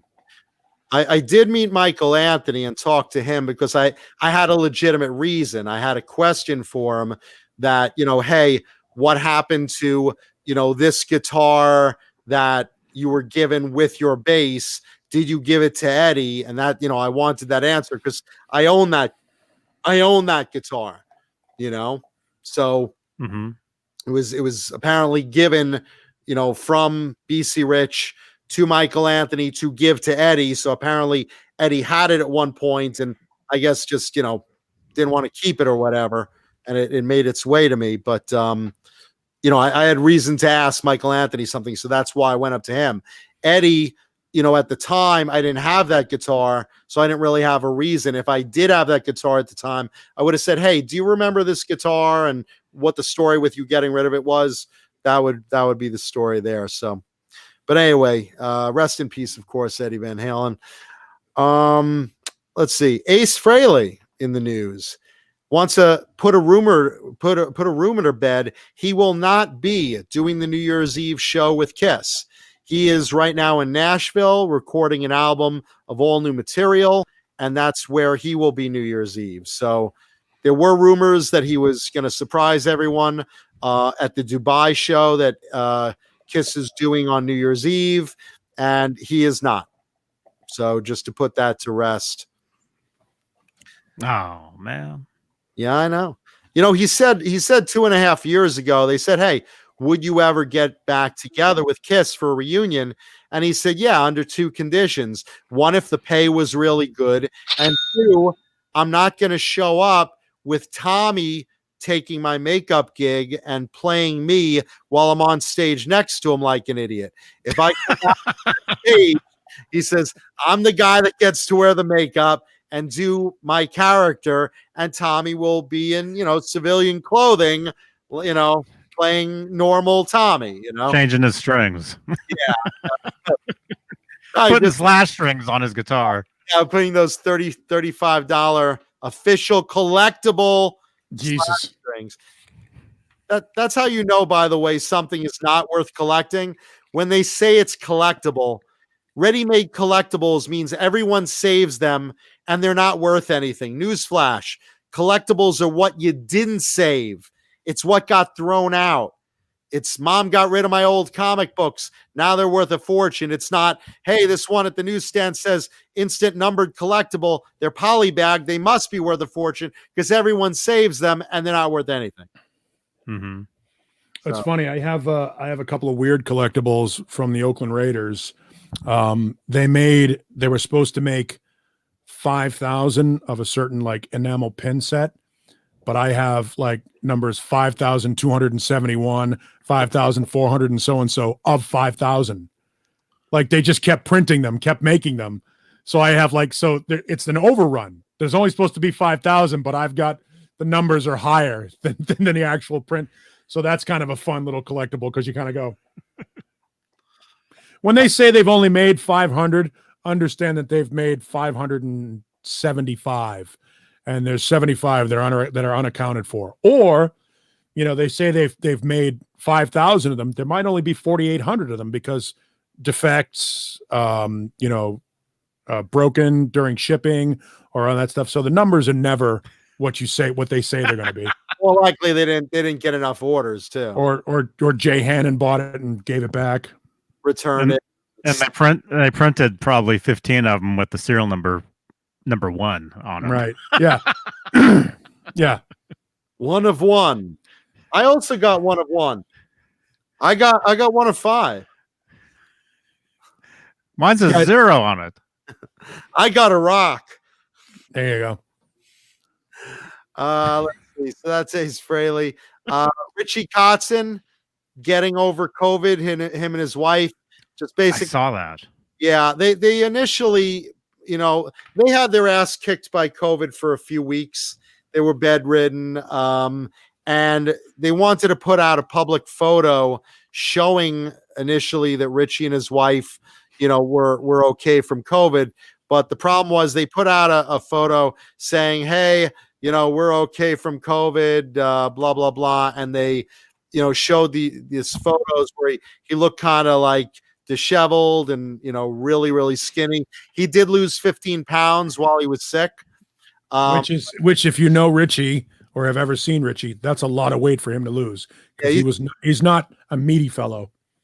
Yeah, definitely skinny guy. So it basically made it look like he was kind of joking about it. So he took that right back down, and he basically just wanted to put out there, look, we beat COVID, but seriously, wear the damn mask because it's not fun to have, blah blah blah. And he put out a different photo showing him and his wife a little bit less disheveled, looking fairly good.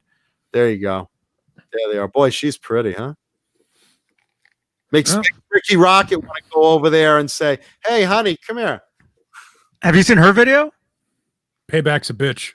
Yeah, it really is, right? I have not.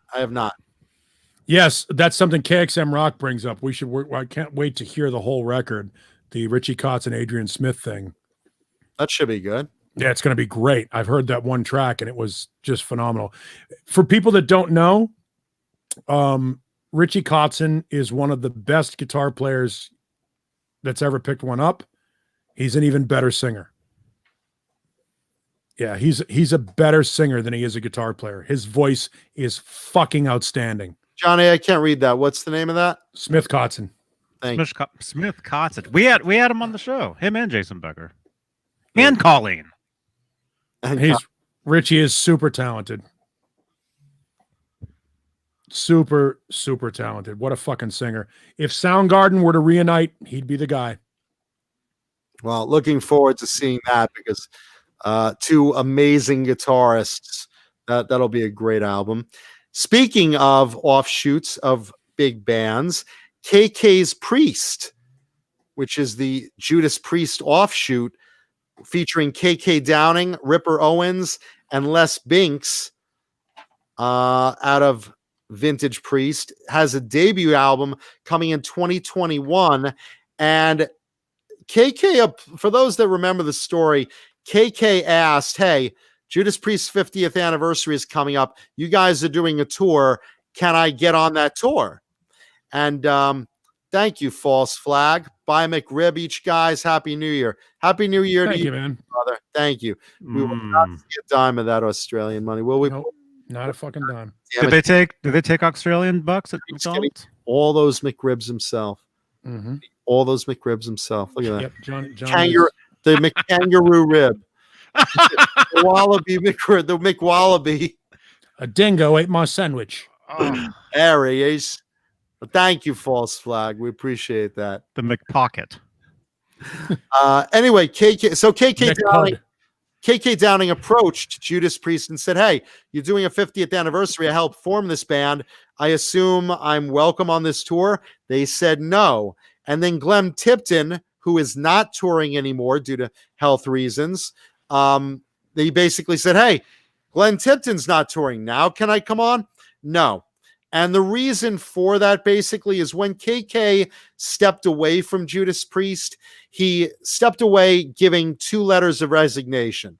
The first one, more friendly, more factual look. I'm taking a break, blah, blah, blah. And then the second one was, "I hate the fucking management. I hate the fucking management. I'm sick of this about touring. I hate the fucking management, blah, blah, blah." And at the end of the day, now that he's looking to get back in Priest, at least for this 50th anniversary tribute tour that he probably should be on, the management that he badmouthed and went against is like, so that's basically the scuttlebutt of KK Downing. So he says, with COVID situations allowing, his band, KK's Priest, will be doing their own Priest's 50th anniversary touring in late 2021. Again, tentatively, depending on what the world's health situation is, and be playing all Priest songs on that tour of their own. There are people that go to Judas Priest shows now that have no idea that Richie Faulkner is not KK Downing. KK Downing, to the masses, is an insignificant part of that band. I love KK. I wish that they were together, but he left and pissed all over the place on his way out. And he should not be surprised that he is not welcome back. It's interesting that the band doesn't feel like he's necessary to be there, especially given Glenn's health situation. I think it's unfortunate that a band as legendary as Judas Priest is going through this. I think it's embarrassing to KK Downing to put together a band called KK's Priest and go out and do a 50th anniversary tour playing nothing but Judas Priest music. I think it's an embarrassment to him. I think he should do what he does outside of this and not try to trade on the Judas Priest name. I think that's sad. I really do. I'm saddened by it. I'm not mad about it. I'm not trying to shit on it. I just think it's sad. I think it's sad when this happens. I'm sad because he was a founding member, and I think he was a very important part of it. Yeah, but then you start talking about, you start talking about Les Binks, and you start talking about, Al Atkins, and you start talking about, just because you were one of the founding members doesn't mean that you have rights until in perpetuity. He walked away. But you're also talking, what was he in there for, like 42 of the 50 years, something like that? I understand that, but he walked away. He walked away, so he shouldn't, he walked away from it. You don't get to do a job that you quit.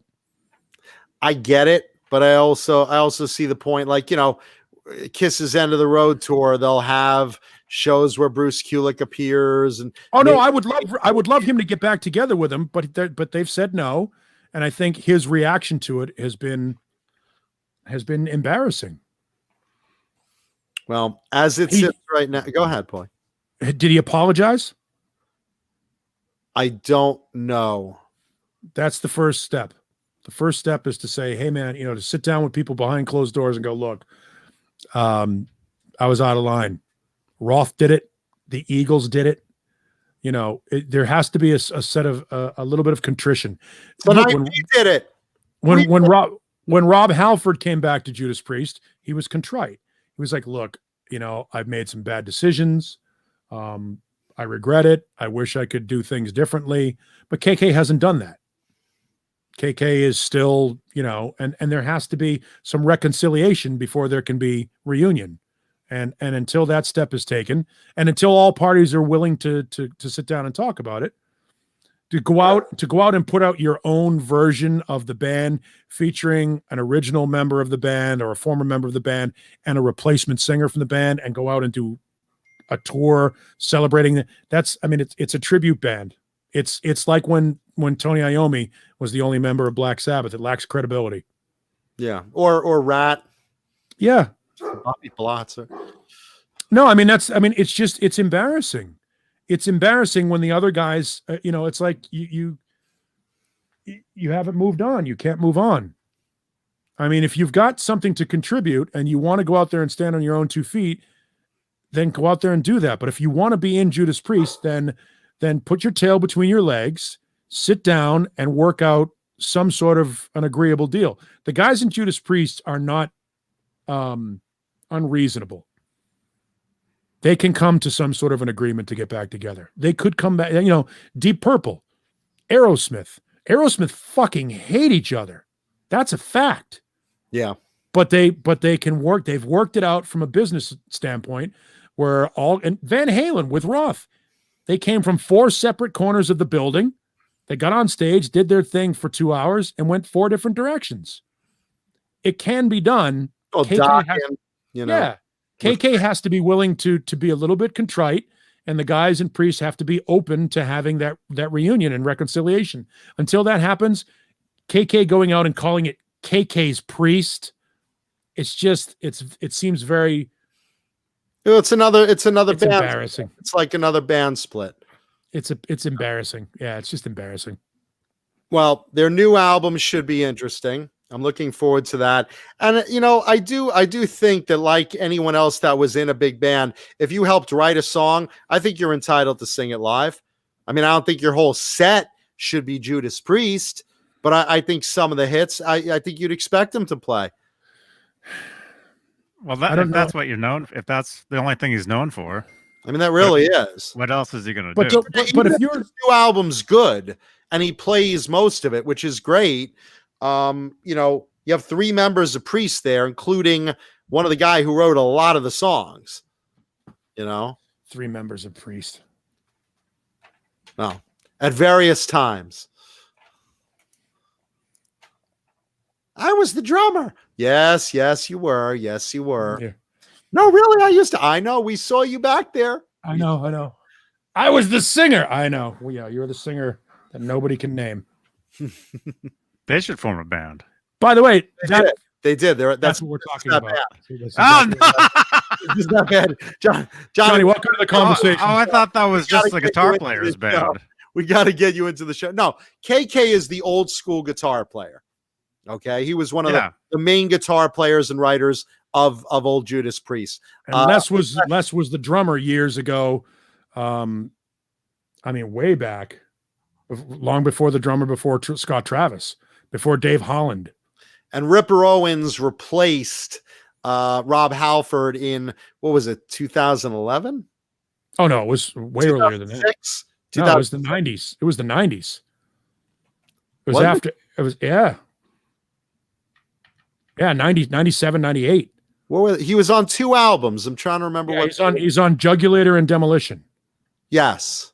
And what years were those? 97 and 98, 97, 99. Okay. Yeah. All right. I guess just before. And by the way, great records, really, really good records. He's not memorable. He's a fantastic singer. Fantastic singer. Where's the song? Yeah. Well, because I've got a bunch of his stuff too. Beyond Fear was a band that he had that was supposed to be great. It's not. He has a phenomenal voice. Outstanding voice. I mean, Rob Halford good. Yeah. Literally. Rob Halford good. They picked note for note. Mr. Housestone 74, Ripper is a good singer, but can't write a song to save his life. That's point. Right. And at the end of the day, it is like another band that's, got all the good members, but who's writing? If no one's writing the hit song, you're not hearing it and you're not caring about it. KK's Priest is a Judas Priest cover band. It's a Judas Priest cover band with KK Downing in it. Yeah, and Rob started Fight. Yeah, totally. Yeah, Rob did, and he did 2. I mean, at least Rob did things away from Priest and did some new material. KK is just trading. Now, if this new album comes out and it sounds good, fantastic. Don't call it KK's Priest. Don't. Again, he's playing on the name, because if you call it something else, a lot of people just probably won't even know what the hell that is. Well, then it clearly doesn't stand on its own 2 feet. It's a different era. We'll see. It clearly doesn't stand on its own 2 feet if you have to reference the band that you came from. Mm-hmm. Yeah, and there's a lot of people that have to do that. I understand that. Again, I'm sad by it. I want the record to be great. I don't want KK Downing to go out there and embarrass himself. Well, it's like, again, Queensryche. But it's his choice. It's his choice. Let him do his thing. Queensryche split up, and Colleen said it best. They pulled a Spartacus. I'm Queensryche. No, I'm Queensryche. Like Spartacus. I love that. Yeah, I actually like most of what Rob Halford did away from Judas Priest. It's still not as good as Judas Priest. Again, it goes back to that chemistry thing. Axl Rose and AC/DC. We didn't care. We didn't care if he's up there singing it. It's even if Angus is the only guy. We talked about this a couple of weeks ago. If Angus had put AC/DC back together, but he was the only original member, that would have been embarrassing for AC/DC. Sure. Same thing. Fruitcake says Call it KK Downing. You could just call it Downing or Downing or call KK. it Downing or KK. KK would work. I mean, fruitcake. It's not really a household name.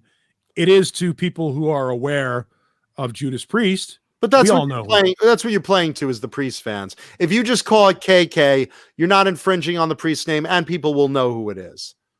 You know? Yeah, I think so. Thunder Falcon, Jeff Tate, Benedict Rabbi. Thunder Falcon, Jeff Tate calls his band Operation Mind Crime because they had a legal settling on the name. Yep, and songs they could play and the ways they could play it. Jeff Tate is allowed to play the Operation Mind Crime album start to finish in concerts. Queensryche is not. They could play pieces of it. Jeff didn't get the Queensryche name, so they worked that out in court. Different ways. It is one of the silliest court decisions, one of the silliest lawsuits in rock history to me. It's silly as fuck. I can, this is my mic stand. Yeah, I'm taking it with me. And that's more value of the show than I bring onto the whole thing. I'm taking it with me. I'm taking this mic stand, and these are my cables too. I'm taking this chair and this remote control. Dog, not the dog. And this paddle ball game. And this lamp, that's all I need. I don't need anything else. Oh, I need this. No pants, though. KXM Rock, who owns Rat? Well, 3 people own Rat. Yeah, they came to a settling now. I think Blotzer still legally owns the name, or did they work something out with Piercy? I believe he's a non-voting member of the corporation or something like that. I think he still gets a piece, but it's a small piece, but he doesn't have any control over it. So, but it was Warren, Steven, and Bobby were the guys I think that owned it. Well, originally it was all 5. Yes, but I think that it was down to 3. Yeah. What had happened? Just a little. It's like WBS is the name of the corporation or something like that. I'm not sure. I think it's Warren, Bobby, Steven, I think is what the name of the company was, WBS. Originally, it was the 5, and then they had to show up for like group meetings, or they've sacrificed their share of what the group was about and their portion of what say they had in the group. Eventually, it got down to, Piercy left. Juan, I think, sold it. Then you had Blotzer. One sold to Warren, I think. Then you had Blotzer and Warren couldn't make it down to a meeting, and then Blotzer legally claimed that clause in their corporate contract of, hey, Your Honor, he didn't, I called an executive meeting, he didn't show up, there's no excuse. Legally, according to this contract, I have it, and they sided with him technically. But they worked something out since then. I don't know if Warren's a part of it, though. I don't think he is. No, but I do think that Steven and Bobby are on speaking terms again, which is a good sign. Yeah, which is a good sign. Look, Rat is one of those bands that could have been Mötley Crüe big if they couldn't get out of their own way. I mean, they had all the songs. They were fucking massive for a period of time. Their catalog is outstanding. They're a great all the time. Yeah, they are a great band that, because they just couldn't get their shit together, drugs, ego, and attitude really choked that band out, because they should have been Mötley Crüe big. Yeah. And I don't think they're often compared to Mötley Crüe. Yeah. And to be honest with you, I would take Rat's catalog against Mötley Crüe's catalog all day. I think Rat has more memorable songs to me. They're better constructed. I love the sound of them. I think I prefer Rat music over Mötley Crüe music. I'm in the minority. You have a better guitar. You have a better guitar lineup. I mean, Warren is technically more of a guitar hero than Mick is. But with that said, obviously Mötley, made it bigger, and Rat didn't, and Rat often opened for Mötley, Yeah. But, the interesting thing about Rat was Rat had great songs, but they didn't have a whole lot of personality. Steven wasn't like the big frontman that he should have been, for lack of a better way to put it. No, there was an arrogance about him. Steven was more Kevin Dubrow and less Vince Neil. I wouldn't put him as low as Kevin, but no, I said more. He was closer to Kevin Dubrow, where he had a little bit of a better than holier than thou attitude that I think rubbed people the wrong way. I just don't think he had that sex appeal the way that Vince did, working the audience. Sure, yeah. No, Vince is a far more charismatic front. Vince is a great example of the David Lee Roth factor. Right. Not a great singer, but can fucking connect with an audience. Right. Stephen Pearcy can't connect with an audience.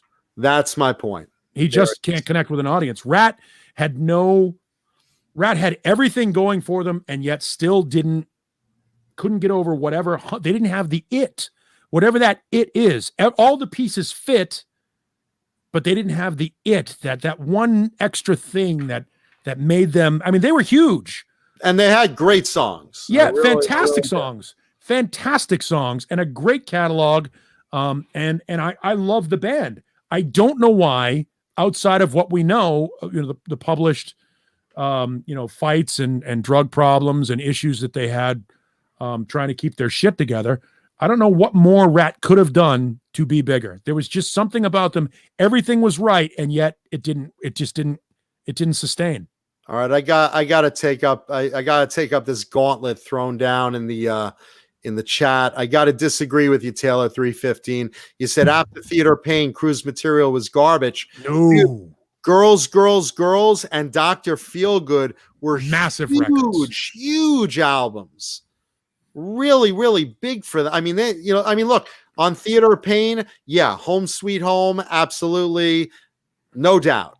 There's some great stuff on Theater of Pain that people don't know. Keep Your Eye on the Money is great. City Boy Blues is great.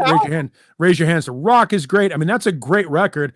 But comparing Theater of Pain to, Dr. Feelgood is their Back in Black. Girls is their Hysteria. And I mean, big album. Dr. Feelgood and Girls are just a bit below Slippery When Wet in New Jersey and Hysteria and Pyromania. I mean, if you're talking about a band's best two records, it doesn't get better than Girls and Dr. Feelgood. It really doesn't. I literally think that Mötley Crüe's albums got progressively better as they went on. I loved the original Mötley Crüe album. Too Fast for Love was I thought a great album. Live Wire, to this day, one of my favorite songs.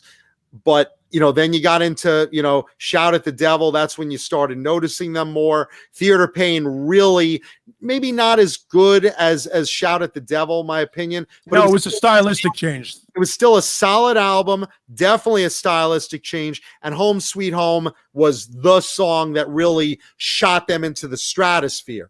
Then you had Girls, and I thought that was terrific, better than Theater of Pain. And from there, even Dr. Feelgood was better than Girls. Just my 2 cents.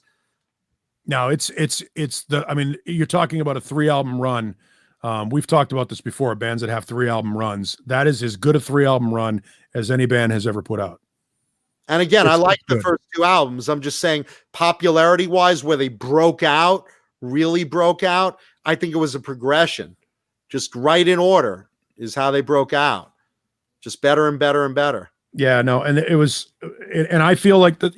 Somebody said that Rat never had a Shout at the Devil. I would disagree. I think that stuff like Wanted Man and Lay It Down are my favorite Rat song. Yeah, and I think they've got some great stuff. And it didn't resonate as big as the stuff that Mötley did. And that's the point we're trying to make, is the songs were great, but it just didn't connect. That there was something uninteresting or easy to overlook with Rat. And I can't figure out what it was. And I have to assume it was because Pearcy was boring on stage. There was no charisma there at all. I never got the impression, with the exception of Juan, that anybody in Rat was having a good time on stage? No, I got Robin. I thought was having a good time on stage a lot. I saw that. You know what it is? I think that, Round and Round, obviously, that their big song. Yeah, that's their Stairway to Heaven. But if you look at the charisma coming off of Steven, even during that video, during that time, and again, I'm saying this as a guy with black hair, with very little exception, guys with lighter hair were more popular frontmen, be it Bret Michaels, be it John Bon Jovi's frosted hair was a little lighter. Kip Winger had light brown hair. I know it sounds silly, but there's something about guys with black hair. Even Paul Stanley of Kiss, a long-running band, didn't have quite the sex appeal of Bret Michaels or Vince Neil or the Blondes, the David Lee Roth. There's something about that blonde frontman or even light brown up front that the guys with the darker hair just didn't quite capture, And Steven never had like really long hair. He had kind of a shorter haircut, Even Coverdale saw that and decided, okay, I'm going to peroxide it. And he did, and he looked great. Yeah. No, there's certainly to it. There's definitely a visual element there. The funny thing about it is, if you go back to Rat's catalog and listen to those songs, they're all they come from the AC/DC school of rock enough for the guys and with a backbeat that women can shake their ass to. So everything, the formula was perfect. And even Beau Hill as their producer, and let's make no mistake about it, Beau Hill polished a turd a lot of the times because Stephen Pearcy doesn't have a great voice. He just doesn't. He had the right voice for that band, and Beau Hill was the right guy to make that sound the way it did. He was the guy that put the Simmons drums on that to give them that unique sound. In fact, he recreated the entire Rat template with kicks. If you listen to Kicks and you listen to Rat at that same period of time, they're almost interchangeable. Kicks was funkier, but they're very similar in tone, kind of like Spencer Crawford did with Kick-Axe and Quiet Riot. There's a certain template to it that sounds good, and it's no surprise that Kicks' best music was put out when Beau Hill was twisting the knobs, because he made the songs sound great.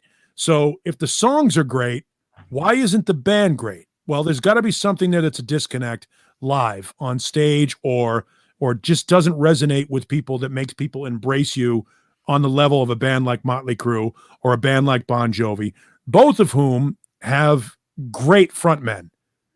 Van Halen, great frontmen. Mm-hmm.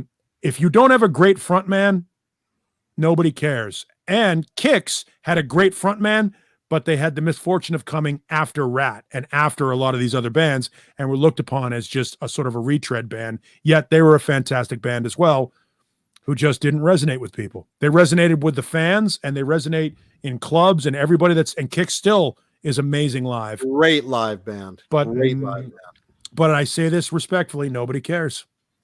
And someone brought up, well, first, let me get this out of the way. Music Therapy Laz, you're asking what you missed.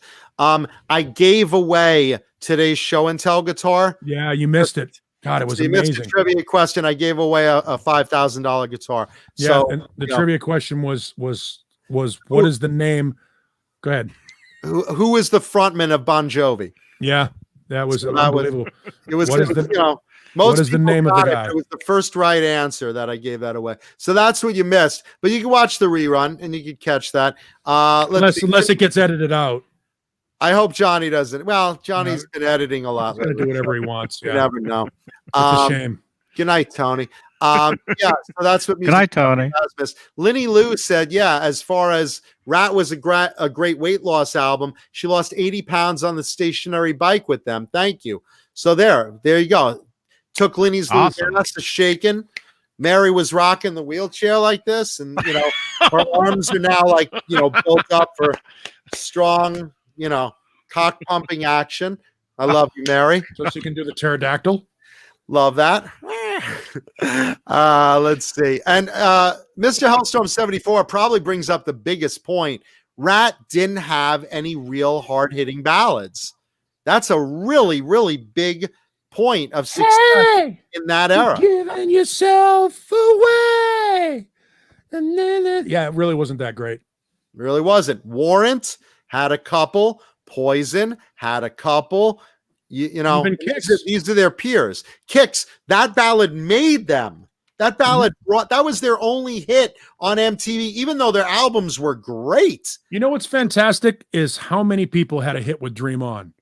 Aerosmith, Mötley Crüe, Kicks. And you know why?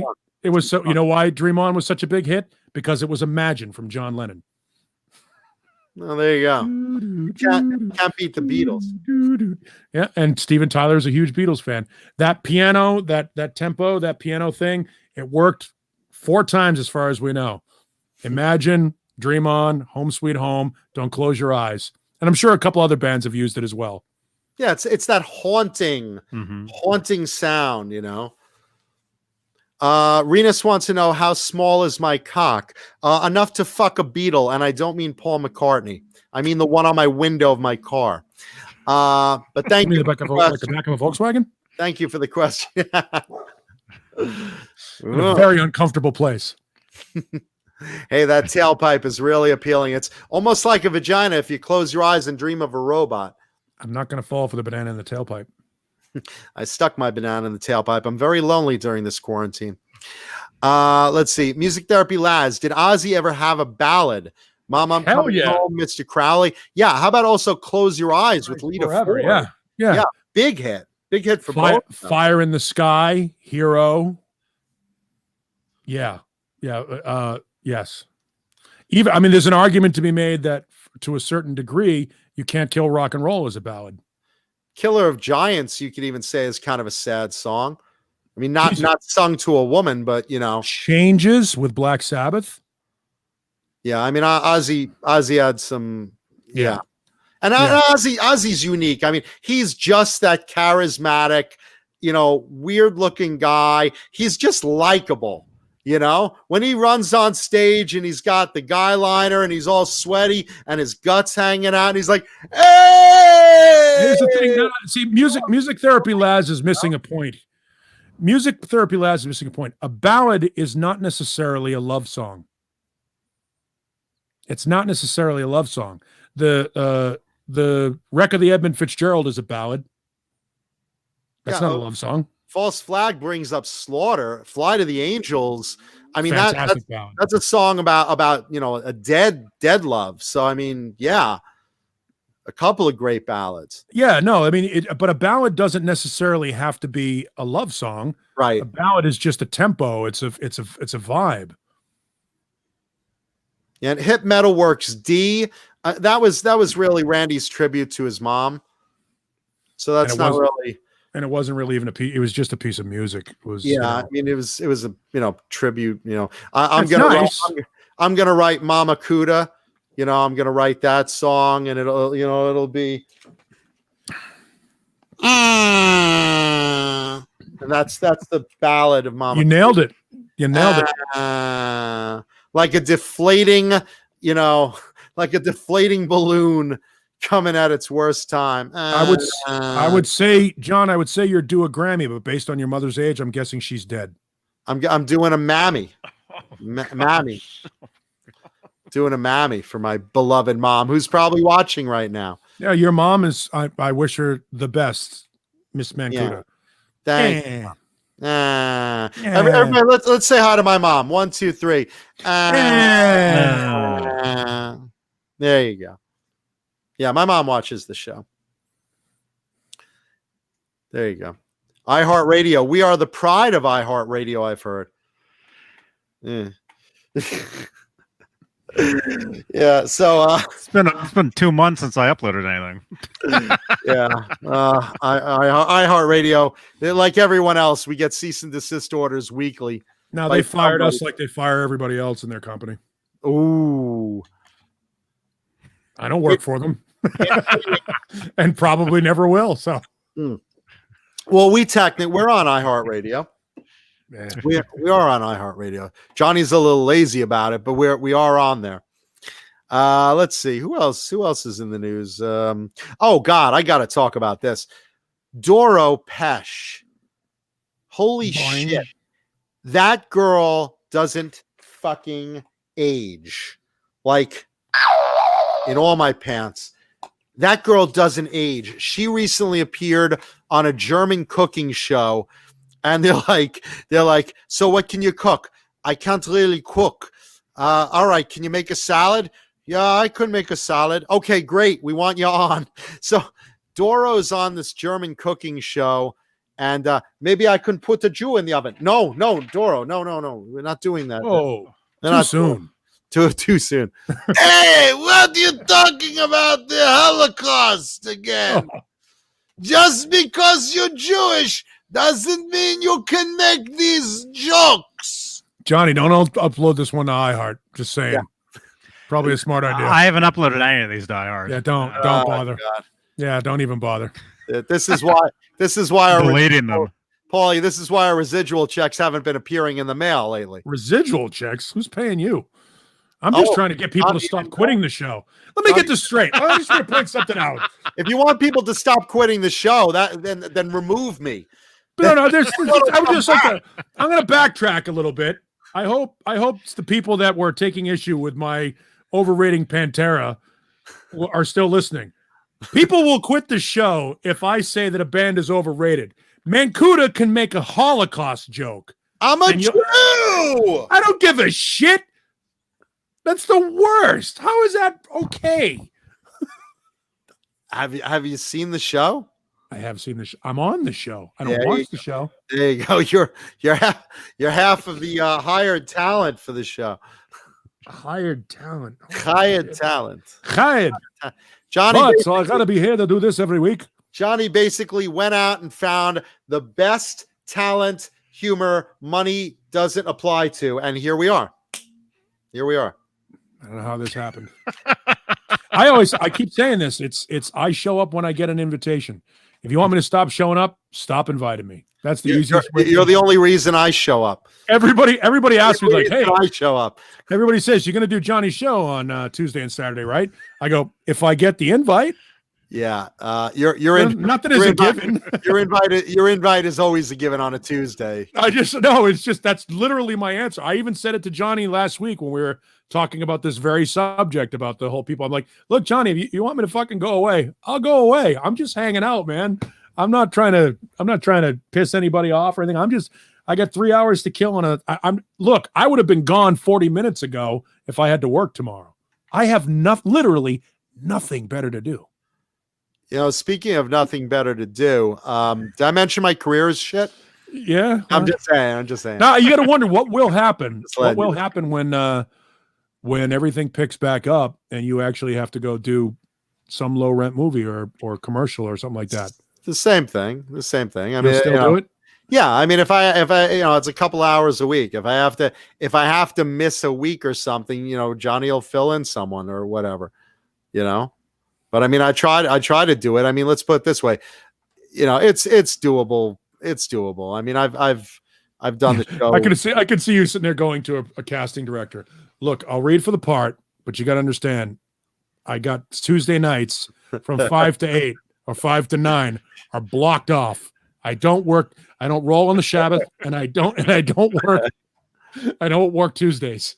Yeah, I can't shoot on Tuesdays.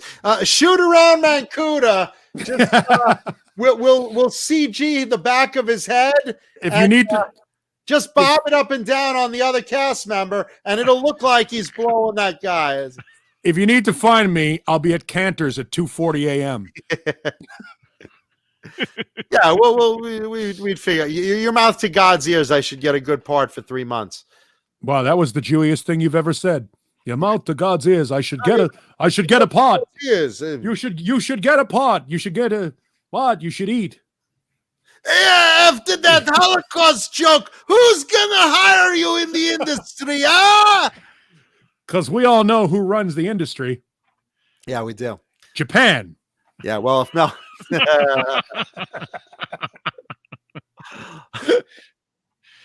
Exactly. Bollywood. Well, if Mel Brooks can still work after that, I can still work. Mel Brooks is the fucking balls, and I'm so glad he's still with us. He's awesome. God bless. He's the best. God fucking bless Mel Brooks. He's May so he awesome. live forever. He's so awesome. So where was it going? So Doro Pesh, yeah. She made a salad on a cooking show. But Johnny, see if you can bring up a photo of her, because holy shit, this chick doesn't age. She's so fucking hot. It's insane. It's insane. One of my earliest nicest gifts, and I still have it, is a Christmas card from Doro Pesh. With panties in no panties, but it's a great Christmas card she sent back in, God, it's 1986 or 87. I still have it. I have it like in like a binder of memories. I pulled it out one time. We saw it. Yeah. I remember. It's my fucking Doro. Just, it was back in the day when meeting Doro, and then like within 2 weeks later meeting Lorraine Lewis, and I was like, this is what I want to do for the rest of my life. Yeah, it's insane. So anyway, so Doro knows how to toss salad. Look at her. She looks. She's in her 60s. She looks the same. She's like unreal beautiful. This girl. She's in her 60s and still, obviously she's got good makeup, but she's still beautiful. She's stunning. This girl is stunning. And this is the thing, if it was like, someone else, they would not let her on a cooking show just toss some salad, pardon the pun. Giggity. Giggity. But it's Doro. I mean, she's just so naturally pretty, and she's got a new album coming out in 2021. And if you guys remember, she did tours. Are you listening, Steel Panther members? She did tours responsibly over the summer. She went to drive-in theaters and played to people in their cars. She did it responsibly. So hats off to Doro, because she looks amazing, incredibly talented in the music industry, coming out with a brand new album, and during COVID providing entertainment. Win, win, win, win. And one of the nicest people you'll ever meet. I would hope to meet her, because if I can get a date with her, I would be so happy. Super nice woman. And stunningly beautiful. A winning combination. Super nice.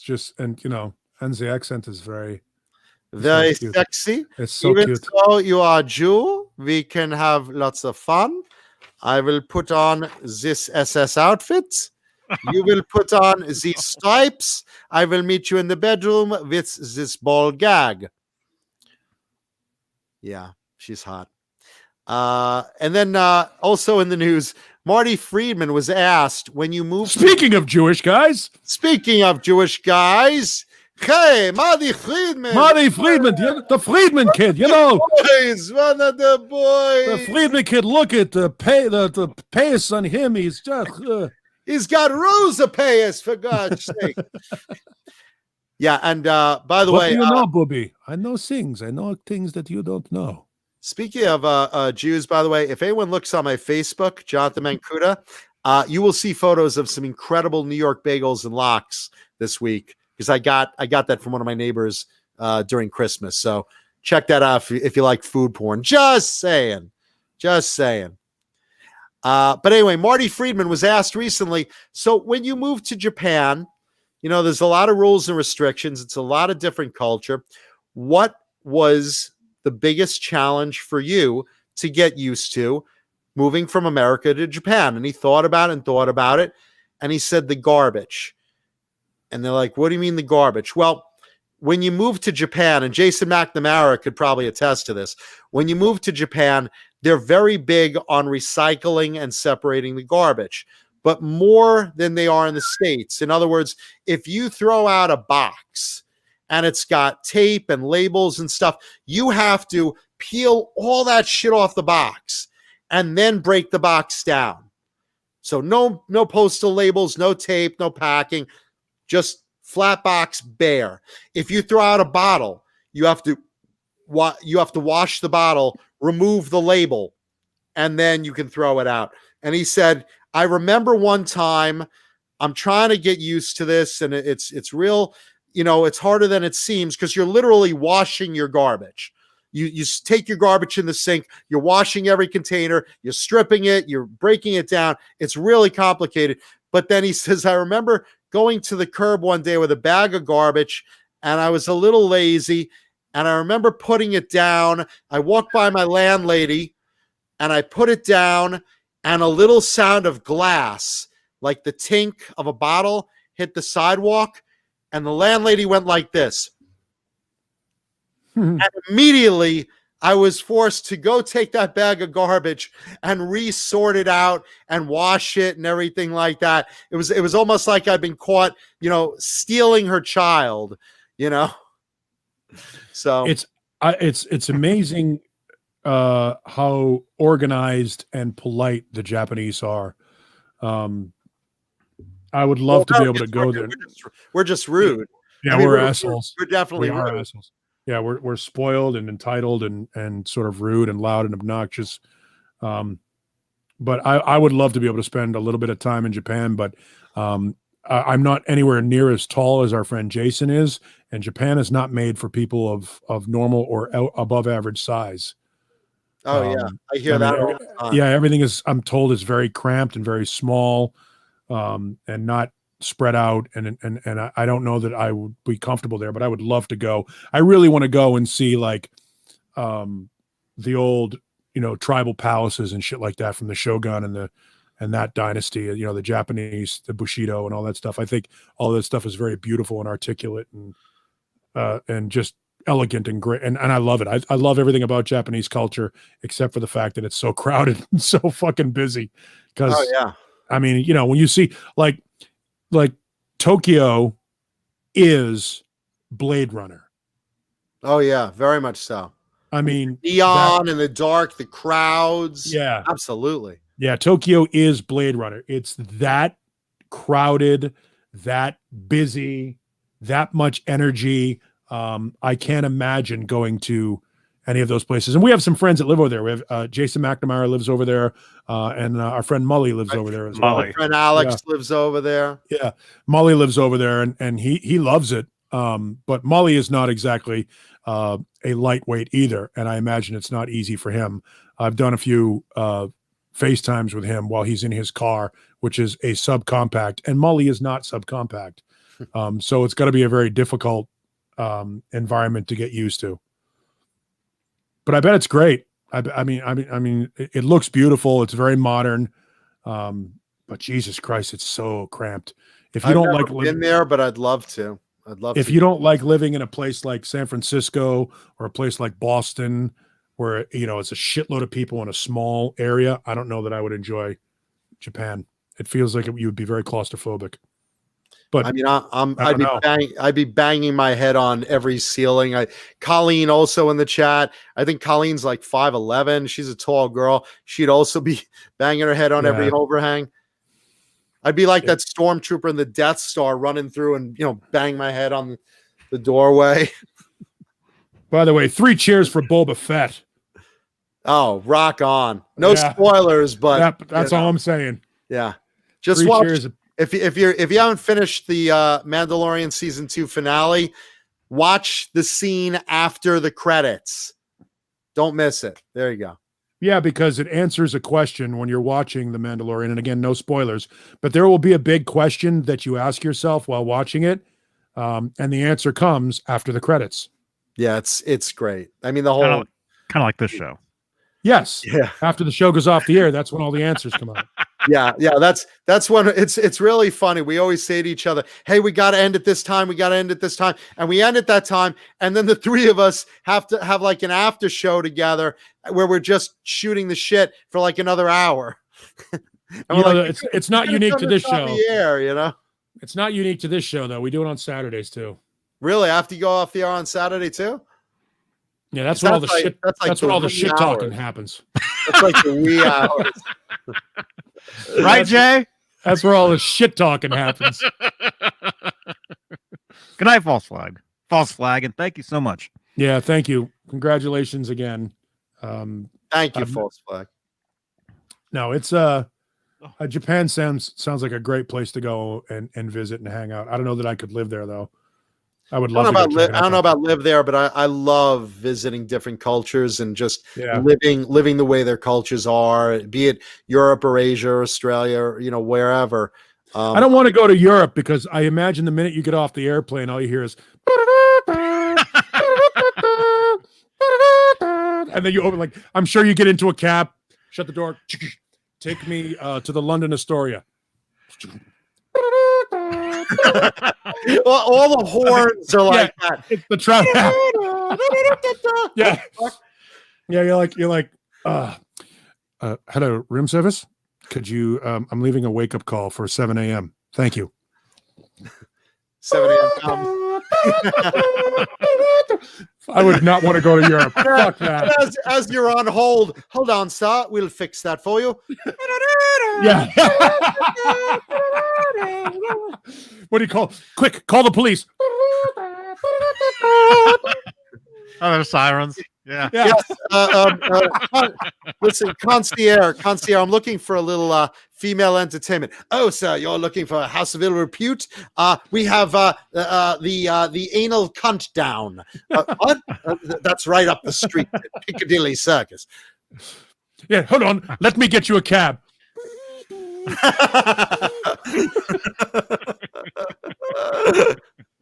That would be the worst. Europe sounds like shit. Sounds like a very unenjoyable place.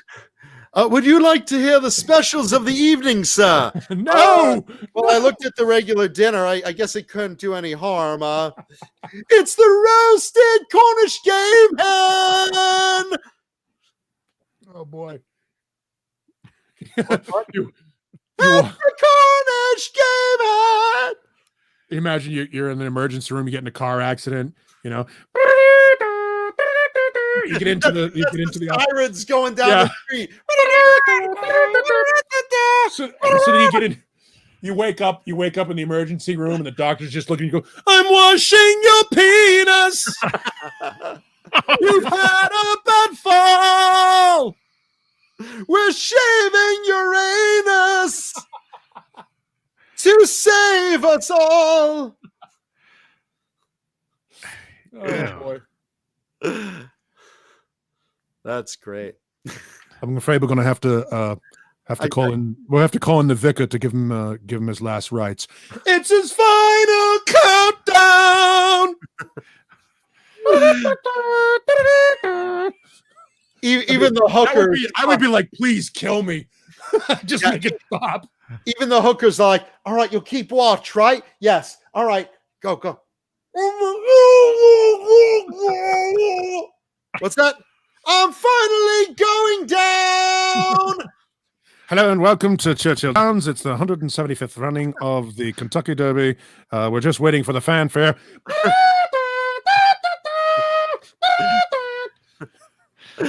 Fuck that. I hate this song.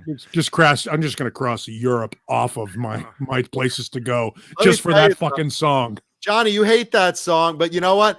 The money they make off of that song. Oh no, yeah.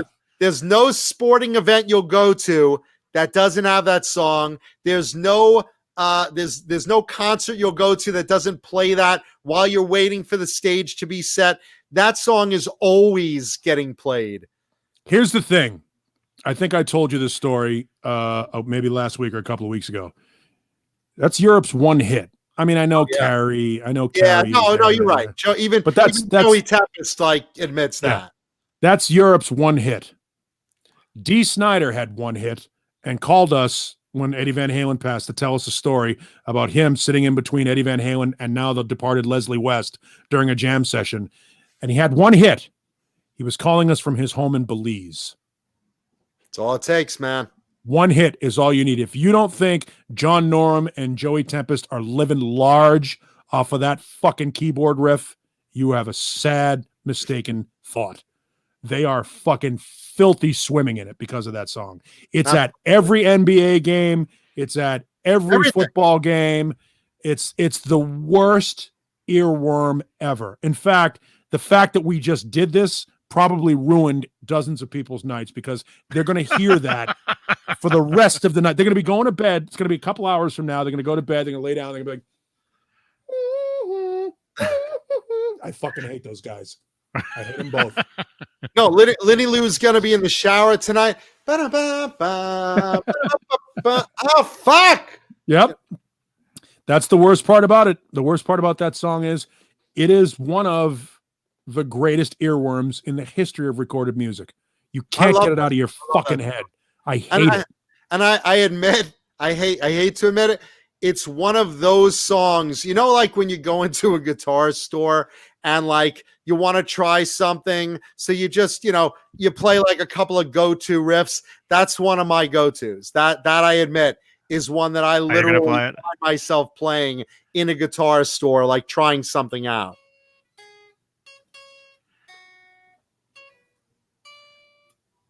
There it is.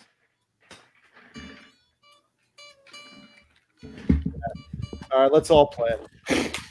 I'm literally trying to learn it right now. What note are you playing?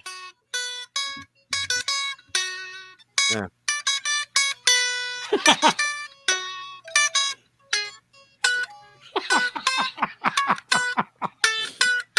This is the first. I think this is the first time during talking guitars and 80s metal that we've actually all picked up a guitar and played something. So that answers thrash metal's long-standing list of requests. How many times have we had people say, pick up a guitar and play something? There it is.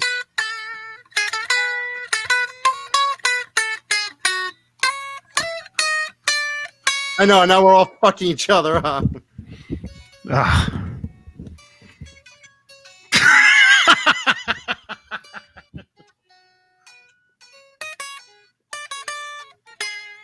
Yeah. All right, enough.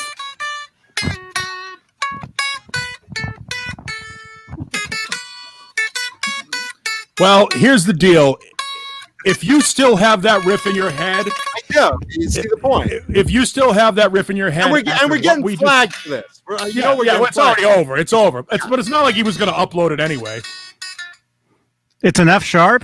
No, it's not. I just know where it is. I don't know.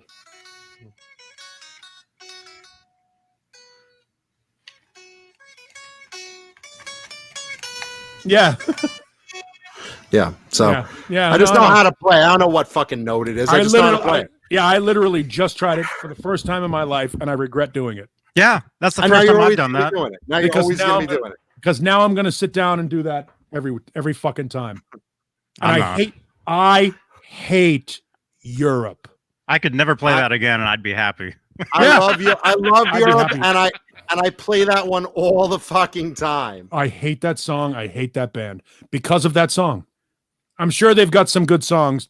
I'm never going to hear them. I love the song. So there you go. Well, the song it was turned into a joke for me because of that show Arrested Development. They used it when did that? Yeah, when you remember Job, the brother. When the brother did his magic shows, that was always the song where he came out to. Well, that's the magic song. There's a great example of a song being ruined. Abracadabra from the Steve Miller Band. We play that on the radio station that I work at. But now every time I hear it, I see Steve Carell and Burt Wonderstone doing the fucking horrible magic act on the Northern Strip in Las Vegas, north of the Strip. You know, in the shitty little casino. Do do doot. Do do doot. That song sucks. That song.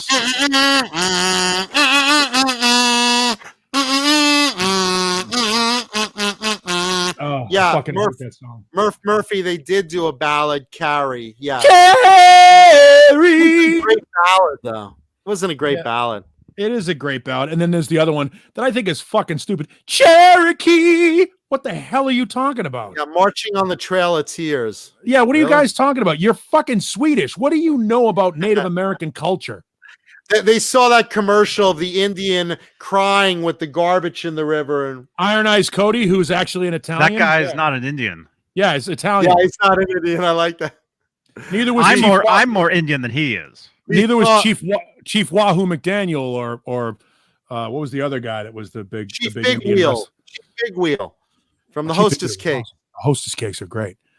Chief Big Wheel. Talk about a racial a racial stereotype there. And funny face drink mix, Injun Orange.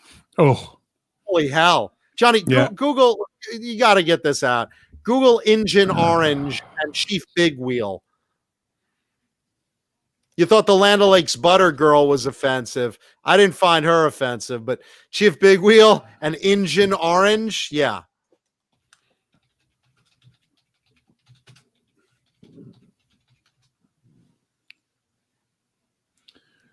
By the way, Lenny Lou says this song is in F sharp minor. I don't even know that. I don't know any. I don't know majors, minors. I don't know how to read music. I know how to play riffs. That's it. Yep. I can't read music. I'm that untalented. I can read some. Steve Carmichael brings up Chief Nakahoma at all the Braves games. Oh yeah, the Braves games, that's one. That's definitely one that has to go away. Here's the one that's the most. I'll tell you a fucked up one. I lived in Kansas City, and I used to go to Chiefs games. All right. And I have friends who just found out, obviously, the Redskins have changed their name to the Washington football team. The Braves are now thinking about it. Obviously, the Indians are going to change their name. And I pointed out, well, the Chiefs are going to have to change their name too. A guy actually told me, he's a Chiefs fan, he tried to defend it by saying, well, no, the Chiefs are named after this blah, blah, blah, blah, who was the former chief of police of so-and-so, and it has nothing to do with Native American culture. I'm like, wait a second. Arrowhead Stadium, where the Kansas City Chiefs, where they play, and they have people doing this in the crowd, and a guy dressed as a Native American on a horse after touchdowns is going down the sidelines with a fucking spear in his hand, coming out of a teepee. They set up a teepee. Yes, in the end zone, they have a huge fucking Indian drum that they're beating to try and get the crowd to fucking chant. That has no Native American connotations. You're telling me that with a straight fucking face? Uh-huh. And Johnny, Chief Nakahoma was great. Chief Nakahoma would sit in his teepee in center field, and every time somebody hit a home run for the Braves, he would come out of his teepee and march around it, dance around the teepee a couple of times, with the music going, and then go back into his teepee. Like it was like a cuckoo clock every time. Why would that be offensive? Yeah, Johnny, did you bring those up yet? Holy shit! I couldn't find it. Just Google Injun Orange, INJUN Orange. We're 4 hours into this. I gotta let the dogs out. Yeah, I gotta go. I gotta get some dinner. I gotta let the dogs out. We gotta. You guys are dodging this like a bullet. Oh no! We'll if you want to pick it up next Tuesday, there's our teaser. I just want to spend our last 3 minutes proving a point. No, the point is, skin pigment and culture are not fucking sports teams. Yeah. Yeah. So the bottom line is Europe. Yeah, you don't know about Cherokee. Come on. Yeah, and Europe. I'm not going there because of. Fuck! I hate that song. It's funny because I look through my CD collection and I buy fucking obscure bands all the time, and every time I'm like, all right, is there a band that was sort of big back then that I don't own their record? All right, well, Baton Rouge wasn't big, but I'll buy it. Every Mother's Nightmare wasn't big, but I'll buy it. Every time I get to Europe, I'm gonna pass over that immediately. They're actually good. They're good. They're a good band. I don't give a shit how good they are. That song was enough for me to go. I love that song. I love that song. Fuck that. Fuck Europe. John Norum is a fantastic guitar player, but fuck Europe. Yeah, and went to Dokken and he married who was it, Michelle Meldrum of Phantom Blue, who obviously passed. Yeah, sadly. By the way, if I offend you because you're a Europe fan and I think Europe sucks, tough shit. Yeah, and if you're a fellow Jew and you don't get the Jew jokes, yeah, you're not a fellow Jew. I kid. If you like Europe, I like fun. Europe. Have fun. Yeah, love Europe all you want. I like a lot of bands you probably think suck, and that's fine by me. I'm still going to listen to them. Yeah, vice versa. It's all good. Yeah. Always listen to what you like. That's what matters. And support the fucking bands. Go out and buy the records. When they start playing live, go see the shows. Yeah. Don't steal music. Don't be a dick. And of course, support. Of course, support. And of course, support the channel, like all our channel members. Segue. There we go. That was the film strip thing. You know how they had the beep to go to the next thing on the film strip? That was what that was. There you go. There we go. Thank you to our channel members like Halface, James Gum, David Crosby is a dildo fucker, 802 Blues, Mr. BHB Jr., Frag 5150, Pal Guitars, Dan Halen, Frank Corcoran, Ben Tom, Thomas Santiago, Brian Spalding, Fender Guru, Music Therapy Laz, Ghost BC Rich, Hugh Caldwell, Jim Nicholas, Jesus Rapes Me, Randy Price, and Steve Carmichael. Steve Carmichael. Yeah, Johnny always says, hey, read it as David Crosby is a dildo fucker. I keep meaning to change it. He said that for months. Like for months, he hasn't changed the goddamn card. Thank you to our channel members, Charles Green, Fruitcake Tony, Michael the Captain Smith, David Ennis, Mike Neese, Richard Poole, Linny Lou, and Mary, Gargets Entertainment, Kurt 5150, Susan Silvestri, Mickey Settlemeyer, Joe Christian, Nicole Mrazek, Sean Bolland, Wayno, Stephen Franklin, Will Starr, R. Habs, KXM Rock, David Shea Gomery, Bo Zeke, Crazy Cook 678, Carol Hatcher, False Flag, Margaret Scranton, Sean Silas, Julia Baldessari, and Jarhead Rock. And the rest. And the rest. And what are we doing New Year's Eve? I will probably stop by at some point. I know you're going to do a marathon show, but I'll probably be otherwise occupied for a portion of the evening and then stop in. I might be liquored up. Who knows? That would be entertaining as fuck. Yep. If not, I will come in and get liquored up during the show. So you never know what's going to happen. Tune in Thursday. We'll be doing a New Year's Eve show once again. How long? I don't know. Last year lasted 9 hours. So if you're bored this New Year's Eve or you're sitting home where you should be, you watched the ball not drop in Times Square, you watched nobody host the Dick Clark Show, and you have nothing better to do, come join us because we're right with you. We got nothing better to do. We'll be here, and we'll have a cool New Year's Eve show. Right, Johnny? Yeah. Yes. And again, please don't go out. They're actually telling us. Definitely don't freaking go out already. I mean, we actually have a curfew. Our hospitals are at capacity. So totally, we'll play the final countdown again live at New Year's Eve. we'll do it like every time the ball drops, every time the year changes. We will play Final Countdown at some point. And listen, nobody wants to get the fuck out of 2020 like we do. So let's all get together on here. Let's have a fun New Year's Eve. Let's get 2020 out with a big fuck you 2020 every hour on the hour. And let's usher in 2021, a better year. I don't know how much better, but it's definitely better than 2020.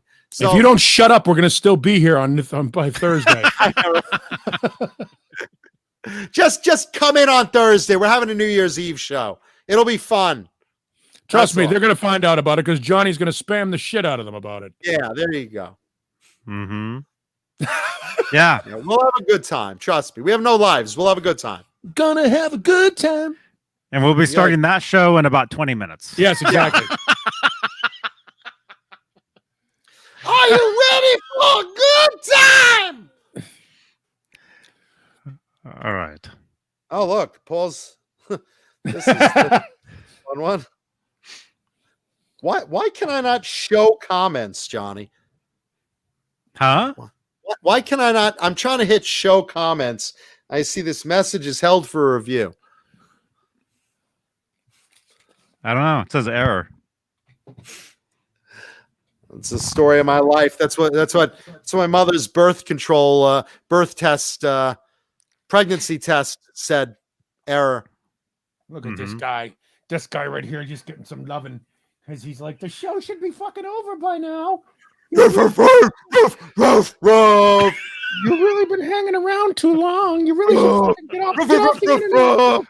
Ruff, ruff, ruff, ruff, He goes ruff, outside. ruff, ruff, ruff, ruff, ruff, ruff, ruff, ruff, ruff, ruff, ruff, ruff, ruff, ruff, ruff, ruff, ruff, ruff. Rough up. By the way, I'm now covered. I'm now covered in fucking dog hair. That's what I was noticing a little while ago. See this right up here? That's this up here. That's all dog hair. But Nice. I'm covered in dog hair because he comes up here and gives me a hug. There's also like dog drool Nice. and shit. I'm like, all right, this is nice. You've ruined my Dita shirt. Now's the time on Sprockets for dance. Lenny Lou's asking the time we're going to start. I don't know. What time are we going to start, Johnny? To be announced or? You already started. To be announced, I guess. I do have to be somewhere. I mean, not that I'm going out. Yeah. I actually have to. I won't be home. He's got to go to Starbucks and use their Wi-Fi. Yeah. Yeah, I'll be no, that'll be early afternoon. I'll be gone in the afternoon, but sometime probably. What did we start last year, in the UK or did we start in the States? No, we must have started in the UK. Right? I don't know. In previous years, we would start like at half an hour before East Coast, which would be, we would start like at 8:30 in previous years. What did we do that last year? I thought last year we started in Europe. I don't know. Europe. Guys, you couldn't hear me peeing, but I'm going to try and piss the final countdown. Paulie's balls are in the water. It's the final splashdown. The final crap down. Hope he leaves the seat down. Jay. Hmm. Jay, what time are we doing Thursday? Great, Jay Hoonan. Oh, so there's a metal show tomorrow night. Cool. What time's that start? Regular. 8 o'clock Eastern. Plug it, damn it. 8 o'clock Eastern time. Jay and Boner Jams. Where's the thing at? It's a card for it somewhere. There it is. Metal Wednesday, last Wednesday of the month, tomorrow on Johnny Beane TV. Don't miss that. It's starring Jay Hannon. And it's Boner Jams.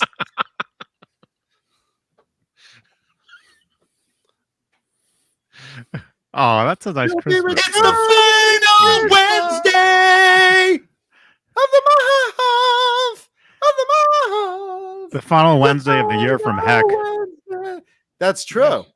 And that's strong true. language there, Johnny. You might want to be settled. Settle down there. We're going to get flagged.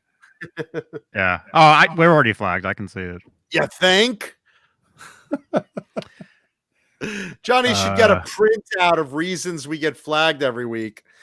Voot, voot, voot, voot, voot. It'll be like one of those 1970s government, NASA, printers with the dot matrix. Oh, yeah. Voot, voot, voot, voot, voot, voot, voot, voot, voot, voot, voot. Big printout. Renus, Europe made a second album? There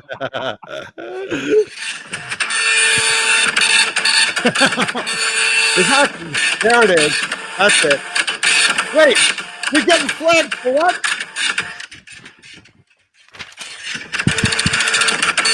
More?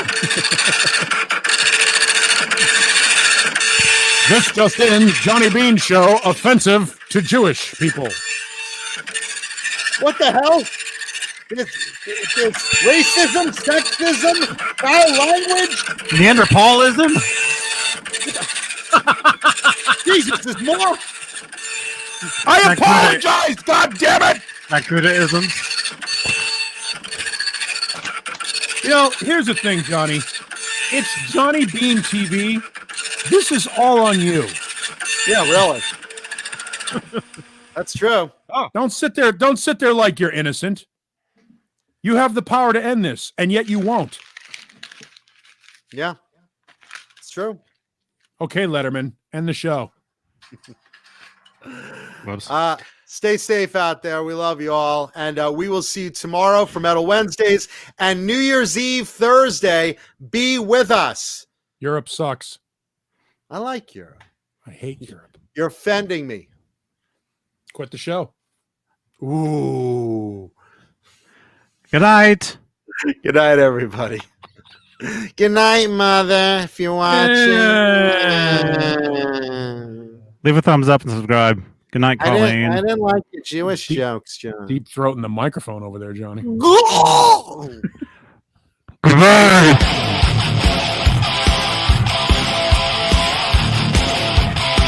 You can't end the show with my microphone this loud.